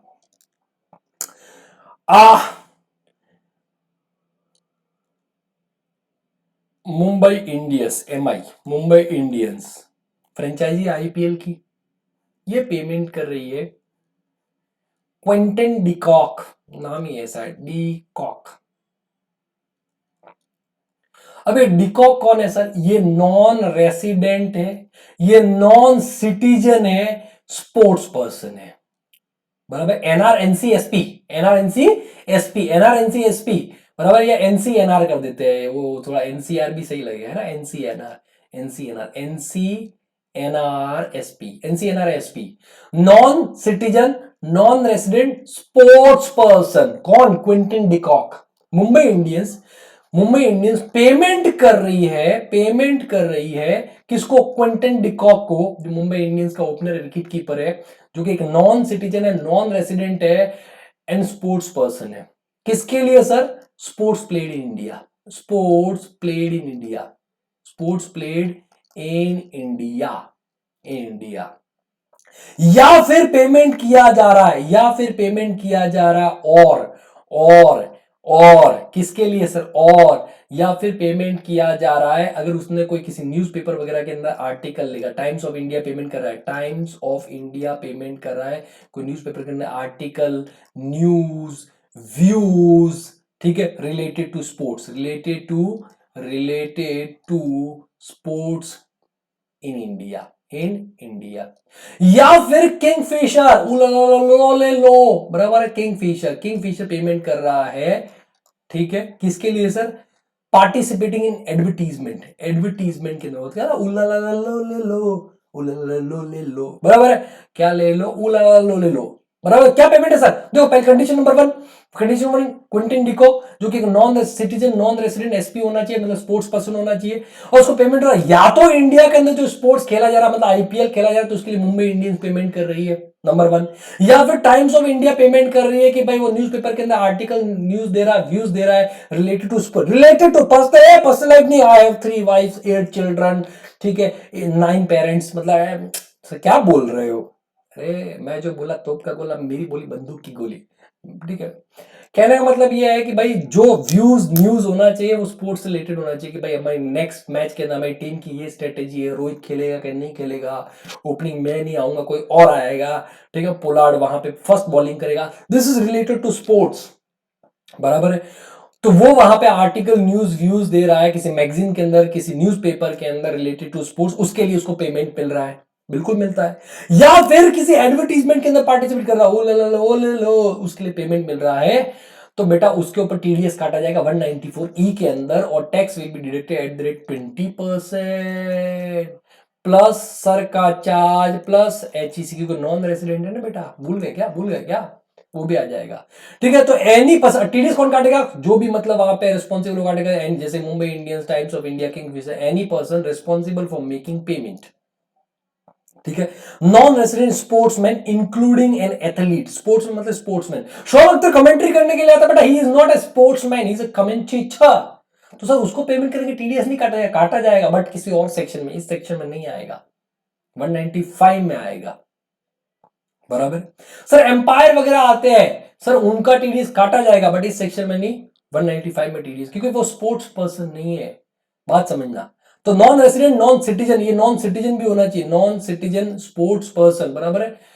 ठीक है, मैन मतलब वुमेन भी होता है, स्पोर्ट्स मैन के अंदर वहां पे फीमेल्स भी आ जाती है। सर कैसी बातें करते हो, मैं नहीं कर रहा हूं, आप वहां पे अपना इंटरप्रिटेशन निकालोगे तो मैं बता रहा हूं आपको। चलो, उसके अलावा सर वो आया, वो जस्टिन बार्बर आया, बेबी बेबी ओ। तो अगर वहां पे मान लो मैंने टैक्स गुरुकुल ने एक इवेंट करवाया, टैक्स गुरुकुल, बराबर, उसने इवेंट करवाया और पेमेंट कर रहा है, पेमेंट कर किसको, Justin Bieber, Justin Bieber, baby baby oh, तो बराबर है। जस्टिन बार्बर को पेमेंट किसके लिए sir, entertainment in India, entertainment वहां पे वो इंडिया में करता है, बराबर है। लेकिन जस्टिन बार्बर क्या होना चाहिए, NCNR, NCNR E, entertainer, NCNR non resident, non resident entertainer. Even वो चेयर गर्ल्स भी आती है, बराबर है, ठीक है, डिंचक डिंचाक डिंचिक डिंचिक डिंचिक डिचाक डिंचिक, तो वो भी बेटा non citizen non resident entertainers है, तो उनका भी अगर पेमेंट किया जा रहा है तो टीडीएस काटा जाएगा 194 ई के अंदर 20% plus surcharge plus HEC applicable, जो भी सिचुएशन है। यहां तक कि इंडिया में मान लो वर्ल्ड कप हो रहा है, सुनना बात को, इंडिया में क्या हो रहा है, 2020 का वर्ल्ड कप हो रहा है, तो बीसीसीआई ने वर्ल्ड कप आयोजित करवाया और बीसीसीआई को मान लो 1,000 करोड़ का इनकम हुआ, माय गॉड। तो दादा बीसीसीआई के जो अध्यक्ष है उन्होंने क्या बोला कि इसका कुछ हिस्सा पीसीबी को, पाकिस्तान क्रिकेट बोर्ड, बेचारे हारने के लिए थोड़ी आते हैं यार, कुछ पैसा मिलेगा तभी आएंगे ना। BCB Bangladesh cricket board, ACB Australian cricket board, वैसे इन सबको जूते पड़ने चाहिए, बांग्लादेशी को ठीक है दे दो, ठीक है, इंग्लैंड वेल्स क्रिकेट बोर्ड, यहां तक कि आईसीसी आईसीसी आईसीसी, ये जो 1,000 करोड़ होता है ना, पहले से डिसाइड होता है कि भाई जो भी इनकम होगी उसमें से फिक्स सबको कुछ फिक्स्ड कुछ को मिलेगा। जैसे कि आईसीसी को मान लो 200 करोड़ मिलेगा, इसको 50 करोड़ मिलेगा, बांग्लादेश को 20 करोड़ देते हैं, ये पाकिस्तान की तो औकात ही नहीं है, 5 करोड़ देते हैं, ये ज्यादा ले जाता है, सबसे ज्यादा ले जाते हैं India, England and Australian cricket board, सबसे बड़ा हिस्सा उनका होता है वहां पे, ठीक है। तो ये भी आपका 50 करोड़ ले लेता है, कहने का मतलब। तो ये फिक्स गारंटीड है कि इतना इतना मिलेगा मिलेगा, इतना इतना मिलेगा मिलेगा, इतना इतना मिलेगा मिलेगा, अगर वहां पे इंडिया में वर्ल्ड कप होगा तो इतना इतना मिलेगा मिलेगा, बात समझना, इतना मिलेगा मिलेगा, ये मिलेगा मिलेगा मिलेगा मिलेगा इतना। तो उस केस में बेटा जब बीसीसीआई पेमेंट करेगा ना, अच्छा ये क्या सारे, ये नॉन रेसिडेंट स्पोर्ट्स एसोसिएशन है, ये नॉन रेसिडेंट स्पोर्ट्स एसोसिएशन है, नरसा, नरसा क्या है बेटा, ये नरसा है, Narsa non resident sports association. तो अगर यहां से बीसीसीआई नरसा को पेमेंट करता है तो टीडीएस काटा जाएगा 20% प्लस सरचार्ज प्लस एचईसी लग जाएगा। तो सर वहां पे पेई कौन होगा, तो पेई कौन होगा सर, पेयर तो आपको समझ में आ गया, कोई भी हो सकता है। पेई कौन होगा, या तो non resident non citizen sportsman, Quinton de Kock, payment हो रहा है उसको किसके लिए सर, या तो स्पोर्ट्स प्लेड इन इंडिया, या फिर news views given, news views article in any news paper और एनी मैगजीन, या फिर उलेलो एडवर्टीजमेंट के लिए, या फिर जस्टिन बार्बर को पेमेंट हो रहा है, मतलब non resident entertainer, non resident non citizen entertainer, NCNRE, NCNRE, बराबर है उसको, या फिर कोई आपका non non resident sports association, नरसा, नरसा को पेमेंट हो रहा है बेटा, ठीक है, फिक्स गारंटीड पेमेंट हो रहा है, तो टीडीएस काटा जाएगा 20% plus surcharge plus HEC. Non resident sports person, non citizen भी आ जाएगा, इंक्लूडिंग एन एथलीट और entertainer who is not a citizen of India आ गया, नॉन रेसिडेंट स्पोर्ट्स एसोसिएशन और इंस्टीट्यूशन, ईसीबी पीसीबी बीसीबी जो भी है, मतलब at the time of payment और at the time of crediting account of payee whichever is earlier. फिर 194 E बेटा payment of deposit under NSS, तो 2500 से, मतलब ये ठीक है, 2500 से ऊपर अगर है, 2500 से कम है तो कोई टीडीएस फाइनेंशियल ईयर में नहीं, 2500 या उससे ज्यादा तो टीडीएस आ जाएगा 10% से, ठीक है। Any person responsible paying individual at the time of payment. फिर 194 G commission on sale of lottery ticket, अगर आप लॉटरी टिकट बेचते हो तो आपको कमीशन मिलता है, ठीक है, अप टू 50,000, 15,000, 15,000, नो टीडीएस, ठीक है, फाइनेंशियल, पूरे फाइनेंशियल ईयर के अंदर एग्रीगेट अमाउंट, ठीक है, जो भी मतलब लॉटरी का वहां पे प्राइस देने वाला होता है वो, और एनी पर्सन जो stocking distributing purchasing of lottery करता है वो 5% से टीडीएस काटा जाएगा अगर 15,000 से ऊपर हुआ, eight the time of credit account of पे और payment whichever is earlier. फिर 194 एज बेटा, ये भी कमीशन है, बट ये कमीशन ऑफ ब्रोकरेज वो लॉटरी टिकट के अलावा है, कि जैसे प्रॉपर्टी डीलर वगैरह होते हैं कि आपने ऑफिस रेंट पे लिया है तो प्रॉपर्टी डीलर को कमीशन पे किया, ब्रोकरेज पे किया, तो अगर वहां पे 15,000 तक फाइनेंशियल ईयर में पे करते हो, नो टीडीएस, कोई टीडीएस नहीं आएगा अप टू 15,000 पूरे साल में एग्रीगेट। लेकिन कौन टीडीएस काटेगा ये ध्यान रखना, तो एनी पर्सन कोई भी कर सकते हैं, बट वो इंडिविजुअल एचओ बताया था मैंने, अगर छोटा इंडिविजुअल एचओ है, बराबर है, जैसे कि मेरा टैक्सोइड था ही नहीं पिछली, मैं टैक्सोइड के लिए लायबल ही नहीं था पिछली बार, लायबल होना तो अलग बात है, मैं लायबल ही नहीं था, मतलब मेरा 1 करोड़ से टर्नओवर नीचे था, 50 लाख से टर्नओवर नीचे था, तो उस केस में बेटा मेरे को टीडीएस वहां पे टैक्स डिडक्ट करने की जरूरत नहीं है। वो सेम 194C के जैसे मैं थोड़ी देर पहले बताया था, लास्ट ईयर में आपको देखने का है।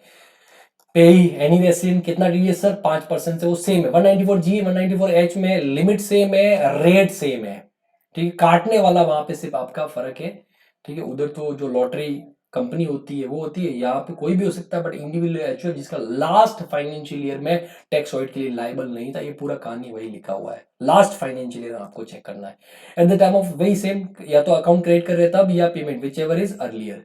फिर आता रेंट, आई आई तो जाओ भाई, रेंट रेंट रेंट, अमेंडमेंट है बेटा, इंपॉर्टेंट इंपॉर्टेंट अमेंडमेंट है। क्या अमेंडमेंट है सर? ये जो लिमिट है बढ़ा दिया गया है, लिमिट बढ़ा दिया, no TDS if up to ₹2,40,000, अगर 2,40,000 तक का अगर वहां पे आप रेंट पे कर रहे हो, आपको टैक्स डिडक्ट करने की जरूरत नहीं है, पर पर्सन, पर पर्सन, समझाता हूं कैसे। अच्छा, टीडीएस काटेगा कौन? एनी पर्सन, सेम ऊपर वाला एनी पर्सन कोई भी, बट इंडिविजुअल जिसका लास्ट फाइनेंशियल ईयर में टैक्स ऑडिट वहां पे नहीं था, टैक्स ऑडिट नहीं था, उसको टीडीएस काटने की जरूरत, लाइबल नहीं था, उसको टीडीएस काटने की जरूरत नहीं है। सर कोई भी रेसिडेंट हो सकता है, कोई भी रेसिडेंट, अच्छा इसके अंदर बात समझना, अगर मैं मेरे पर्सनल पर्पस के लिए रेंट पे कर रहा हूं तो मेरे को टीडीएस काटने की जरूरत नहीं है, बात समझना, ठीक है। फॉर प्लांट एंड मशीनरी और इक्विपमेंट कितना परसेंट? 2%, कितना परसेंट बेटा? 2%, 2% वहां पे, ठीक है, ये 240 का लिमिट हम देखते हैं वहां पे 2%, और बाकी जो लैंड बिल्डिंग वगैरह उनके लिए बेटा रेट आपका 10% है, कितना परसेंट है ये? 10%, furniture fitting plant and machinery के लिए 2%, बाकी सबके लिए कितना परसेंट? ठीक है 10%, eight the time of credit account of पे और payment whichever is earlier. चलो अभी यहाँ पे आते हैं 194E, तो ये देख लो, ये मैंने कवर कर ही लिया क्या क्या 194E के पार्टिसिपेट एनी गेम और sports in India, advertisement contribution news article views related to sports in India, performance in India by any artist who is non resident non citizen. Clear है ये चीजें? Okay 194I, ठीक है, no refund. 194I से related कुछ points है वहां पे, 194I से रिलेटेड कुछ पॉइंट्स है,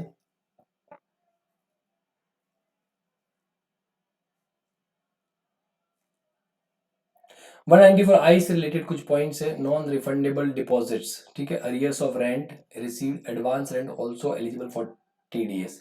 तो अगर कोई नॉन रिफंडेबल डिपॉजिट है, ठीक है, नॉन रिफंडेबल क्या है? डिपॉजिट है, या अरियर्स ऑफ रेंट वहां पे मिला है, या advance rent also eligible for TDS, TDS वहां पे भी काटा जाएगा। If rent is paid for landing and parking charges paid by in airline company, एक मिनट बेटा,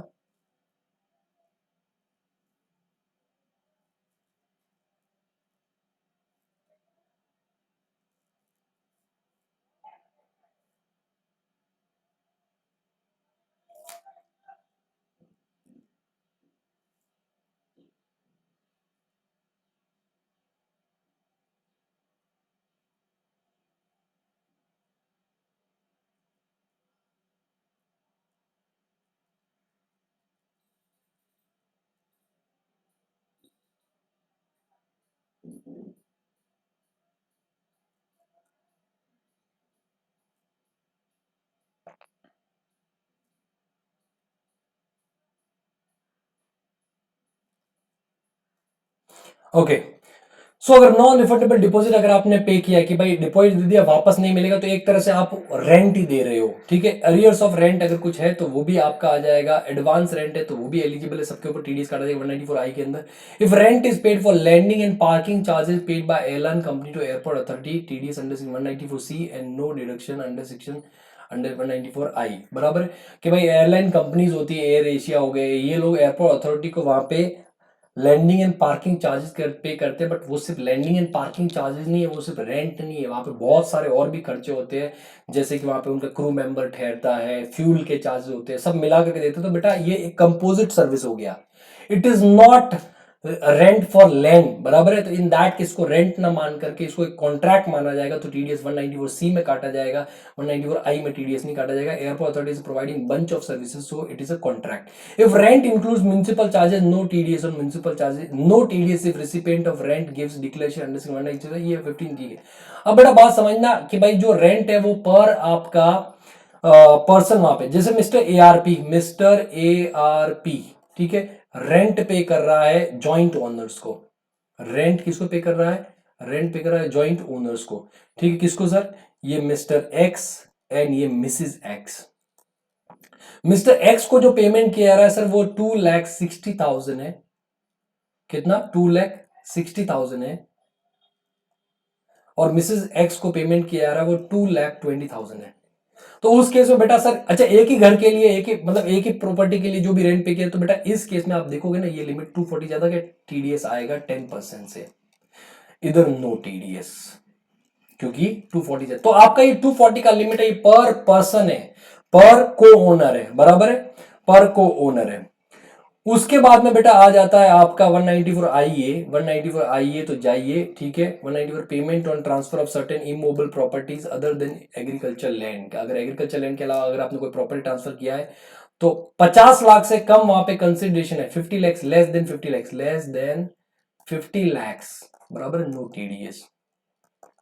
ये सिर्फ कवर अप करने के, ताकि पता चले कि ऐसे ट्रांजेक्शन हो, क्योंकि कैश में ज्यादा ट्रांजेक्शन हो रहे हैं वहां पे। कौन टीडीएस काटेगा? तो जो भी प्रॉपर्टी वहां पे आपका खरीद रहा है वो टीडीएस काटेगा। रेसिडेंट ट्रांसफर होना चाहिए 1% TDS at the time of crediting account पे, और whichever इज अर्लियर, ठीक है, इतना इंपॉर्टेंट नहीं। 194IB, 194IB देखो, जो 194I में कवर नहीं, ये भी टीडीएस ऑन रेंट है। Payment of rent by certain individual HUF, वो इंडिविजुअल एचयूएफ, बराबर है, नॉट लाइबल, मतलब जो वहां 194I में नहीं आता, not liable for tax audit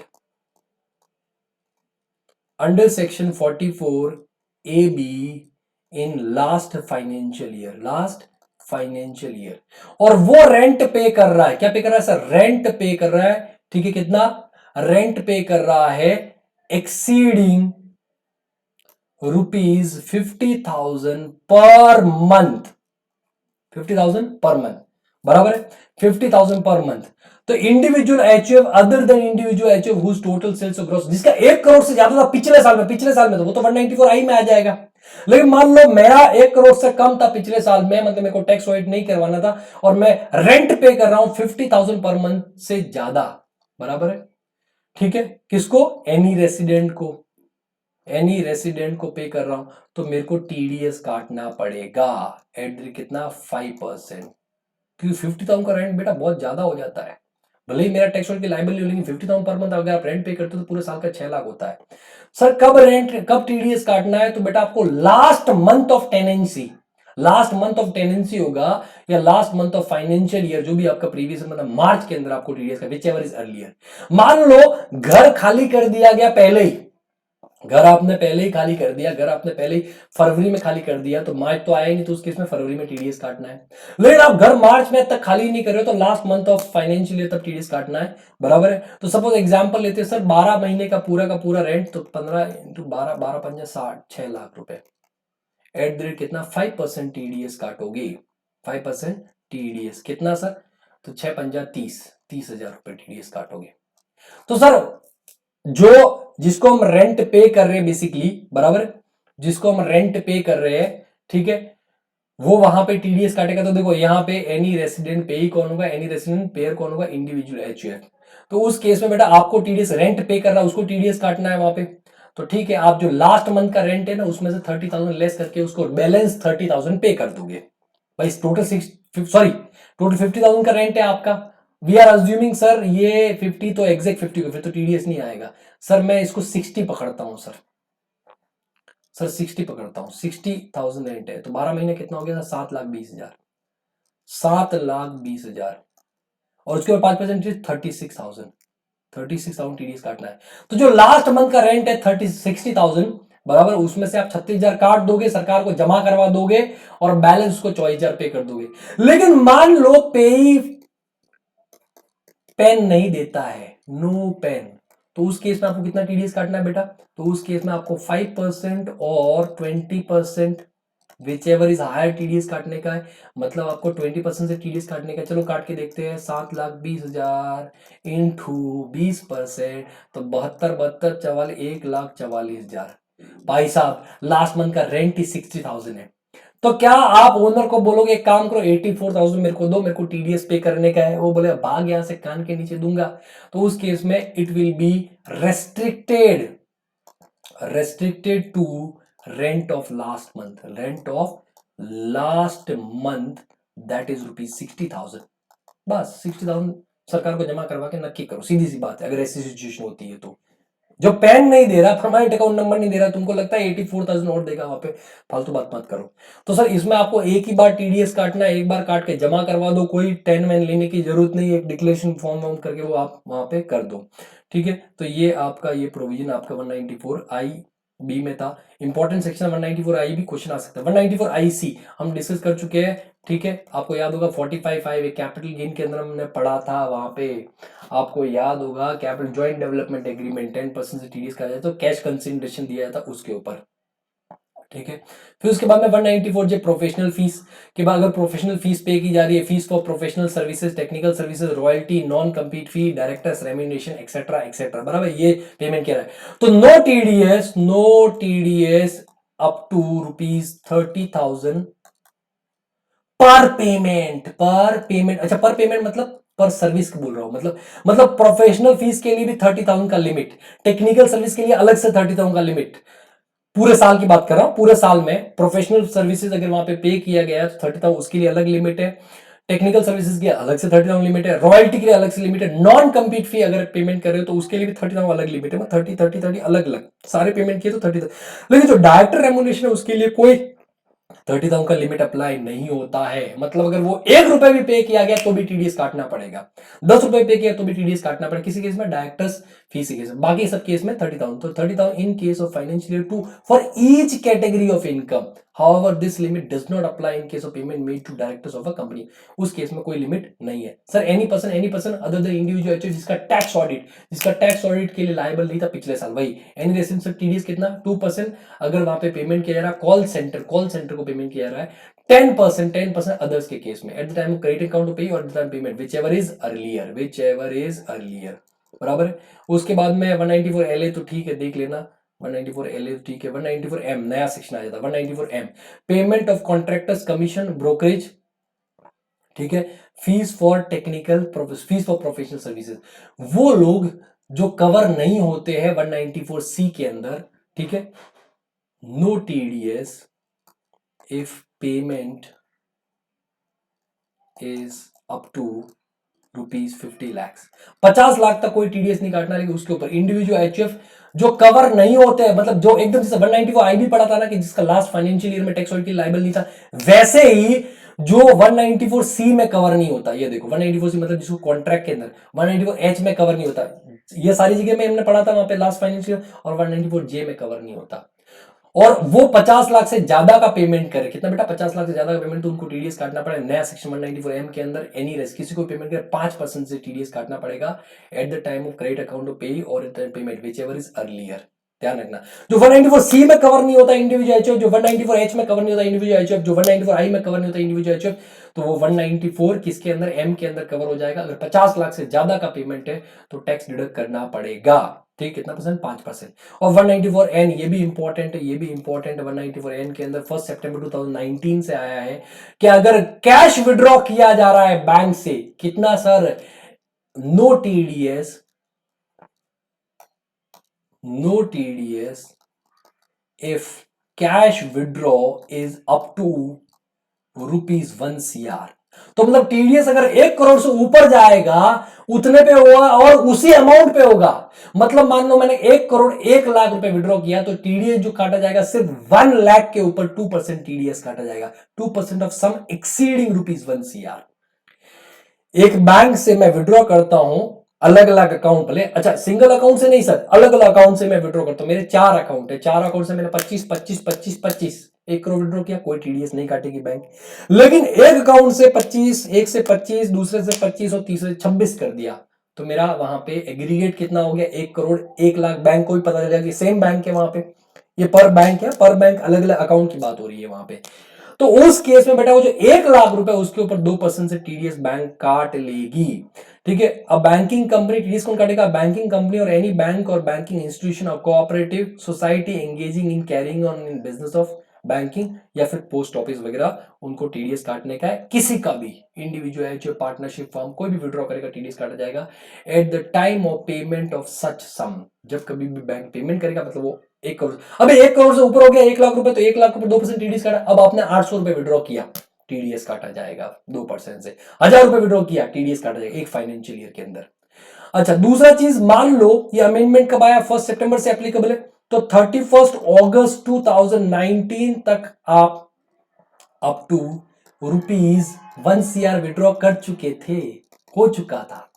तो उस केस में बेटा 1 सितंबर 2019 या उसके बाद में अगर आपने 1000 रुपए भी विड्रॉ किया ना, तो उसके ऊपर भी टीडीएस आ जाएगा एट द रेट कितना, 2%, एट द रेट 2% टीडीएस आएगा। तो मतलब से भले अमेंडमेंट आपका एप्लीकेबल है 1 सितंबर से, बट जो हम विड्रॉ की लिमिट देखेंगे वो 1 अप्रैल से ही देख लेंगे, वो 1 अप्रैल से ही देख लेंगे, 1 अप्रैल 2019 से ही देख लेंगे, ये ध्यान रखना वहां पे। ओके बेटा, तो ये आपके टीडीएस के सारे सेक्शंस खत्म होते हैं। बाकी तो चीजें वहां पे, ये टीडीएस की रेट वेट क्या होता है वो सारी चीजें आप देख लेना। टीसीएस छोटा सा चैप्टर आप मैनेज कर लोगे, नहीं तो मैं कल देख लूंगा। ठीक है बेटा, तो आज के लिए इतना ही, मैंने 1 घंटे 20 मिनट के अंदर आपका ये चैप्टर करवा दिया, पूरा टीडीएस अच्छे से रिवाइज करवा दिया है। ड्यू डेट्स वगैरह आप देख लेना। पेमेंट का डेट होता है बेटा 7 जुलाई ऑफ नेक्स्ट मंथ, मार्च के केस में 30 अप्रैल। और जो रिटर्न फाइल होते हैं बेटा, क्वार्टरली आपका 15 तारीख, मतलब जो भी है उसके हिसाब से रिटर्न फाइल होता है कि भाई अप्रैल मई जून का 15 जुलाई को, इस तरीके से रिटर्न फाइल होते हैं क्वार्टरली। ओके दोस्तों, तब तक आप अपना ख्याल रखिए, स्वस्थ रहिए, सुरक्षित रहिए, पढ़ते रहिए, पढ़ाते रहिए, और पढ़ेगा इंडिया तभी आगे बढ़ेगा इंडिया। कैसे पढ़ाना है लोगों को, लेक्चर शेयर कीजिए, अगर अच्छा लगे तो बिल्कुल कमेंट कीजिएगा, जैसे अभी उसने किया था, सर आपका लेक्चर बहुत अच्छा है। ठीक है, तो आप कमेंट कीजिएगा, अप्रिसिएशन मोटिवेशन, लोगों को शेयर कीजिएगा टेलीग्राम चैनल के अंदर, व्हाट्सएप के अंदर। ठीक है, thank you so much, take care बेटा।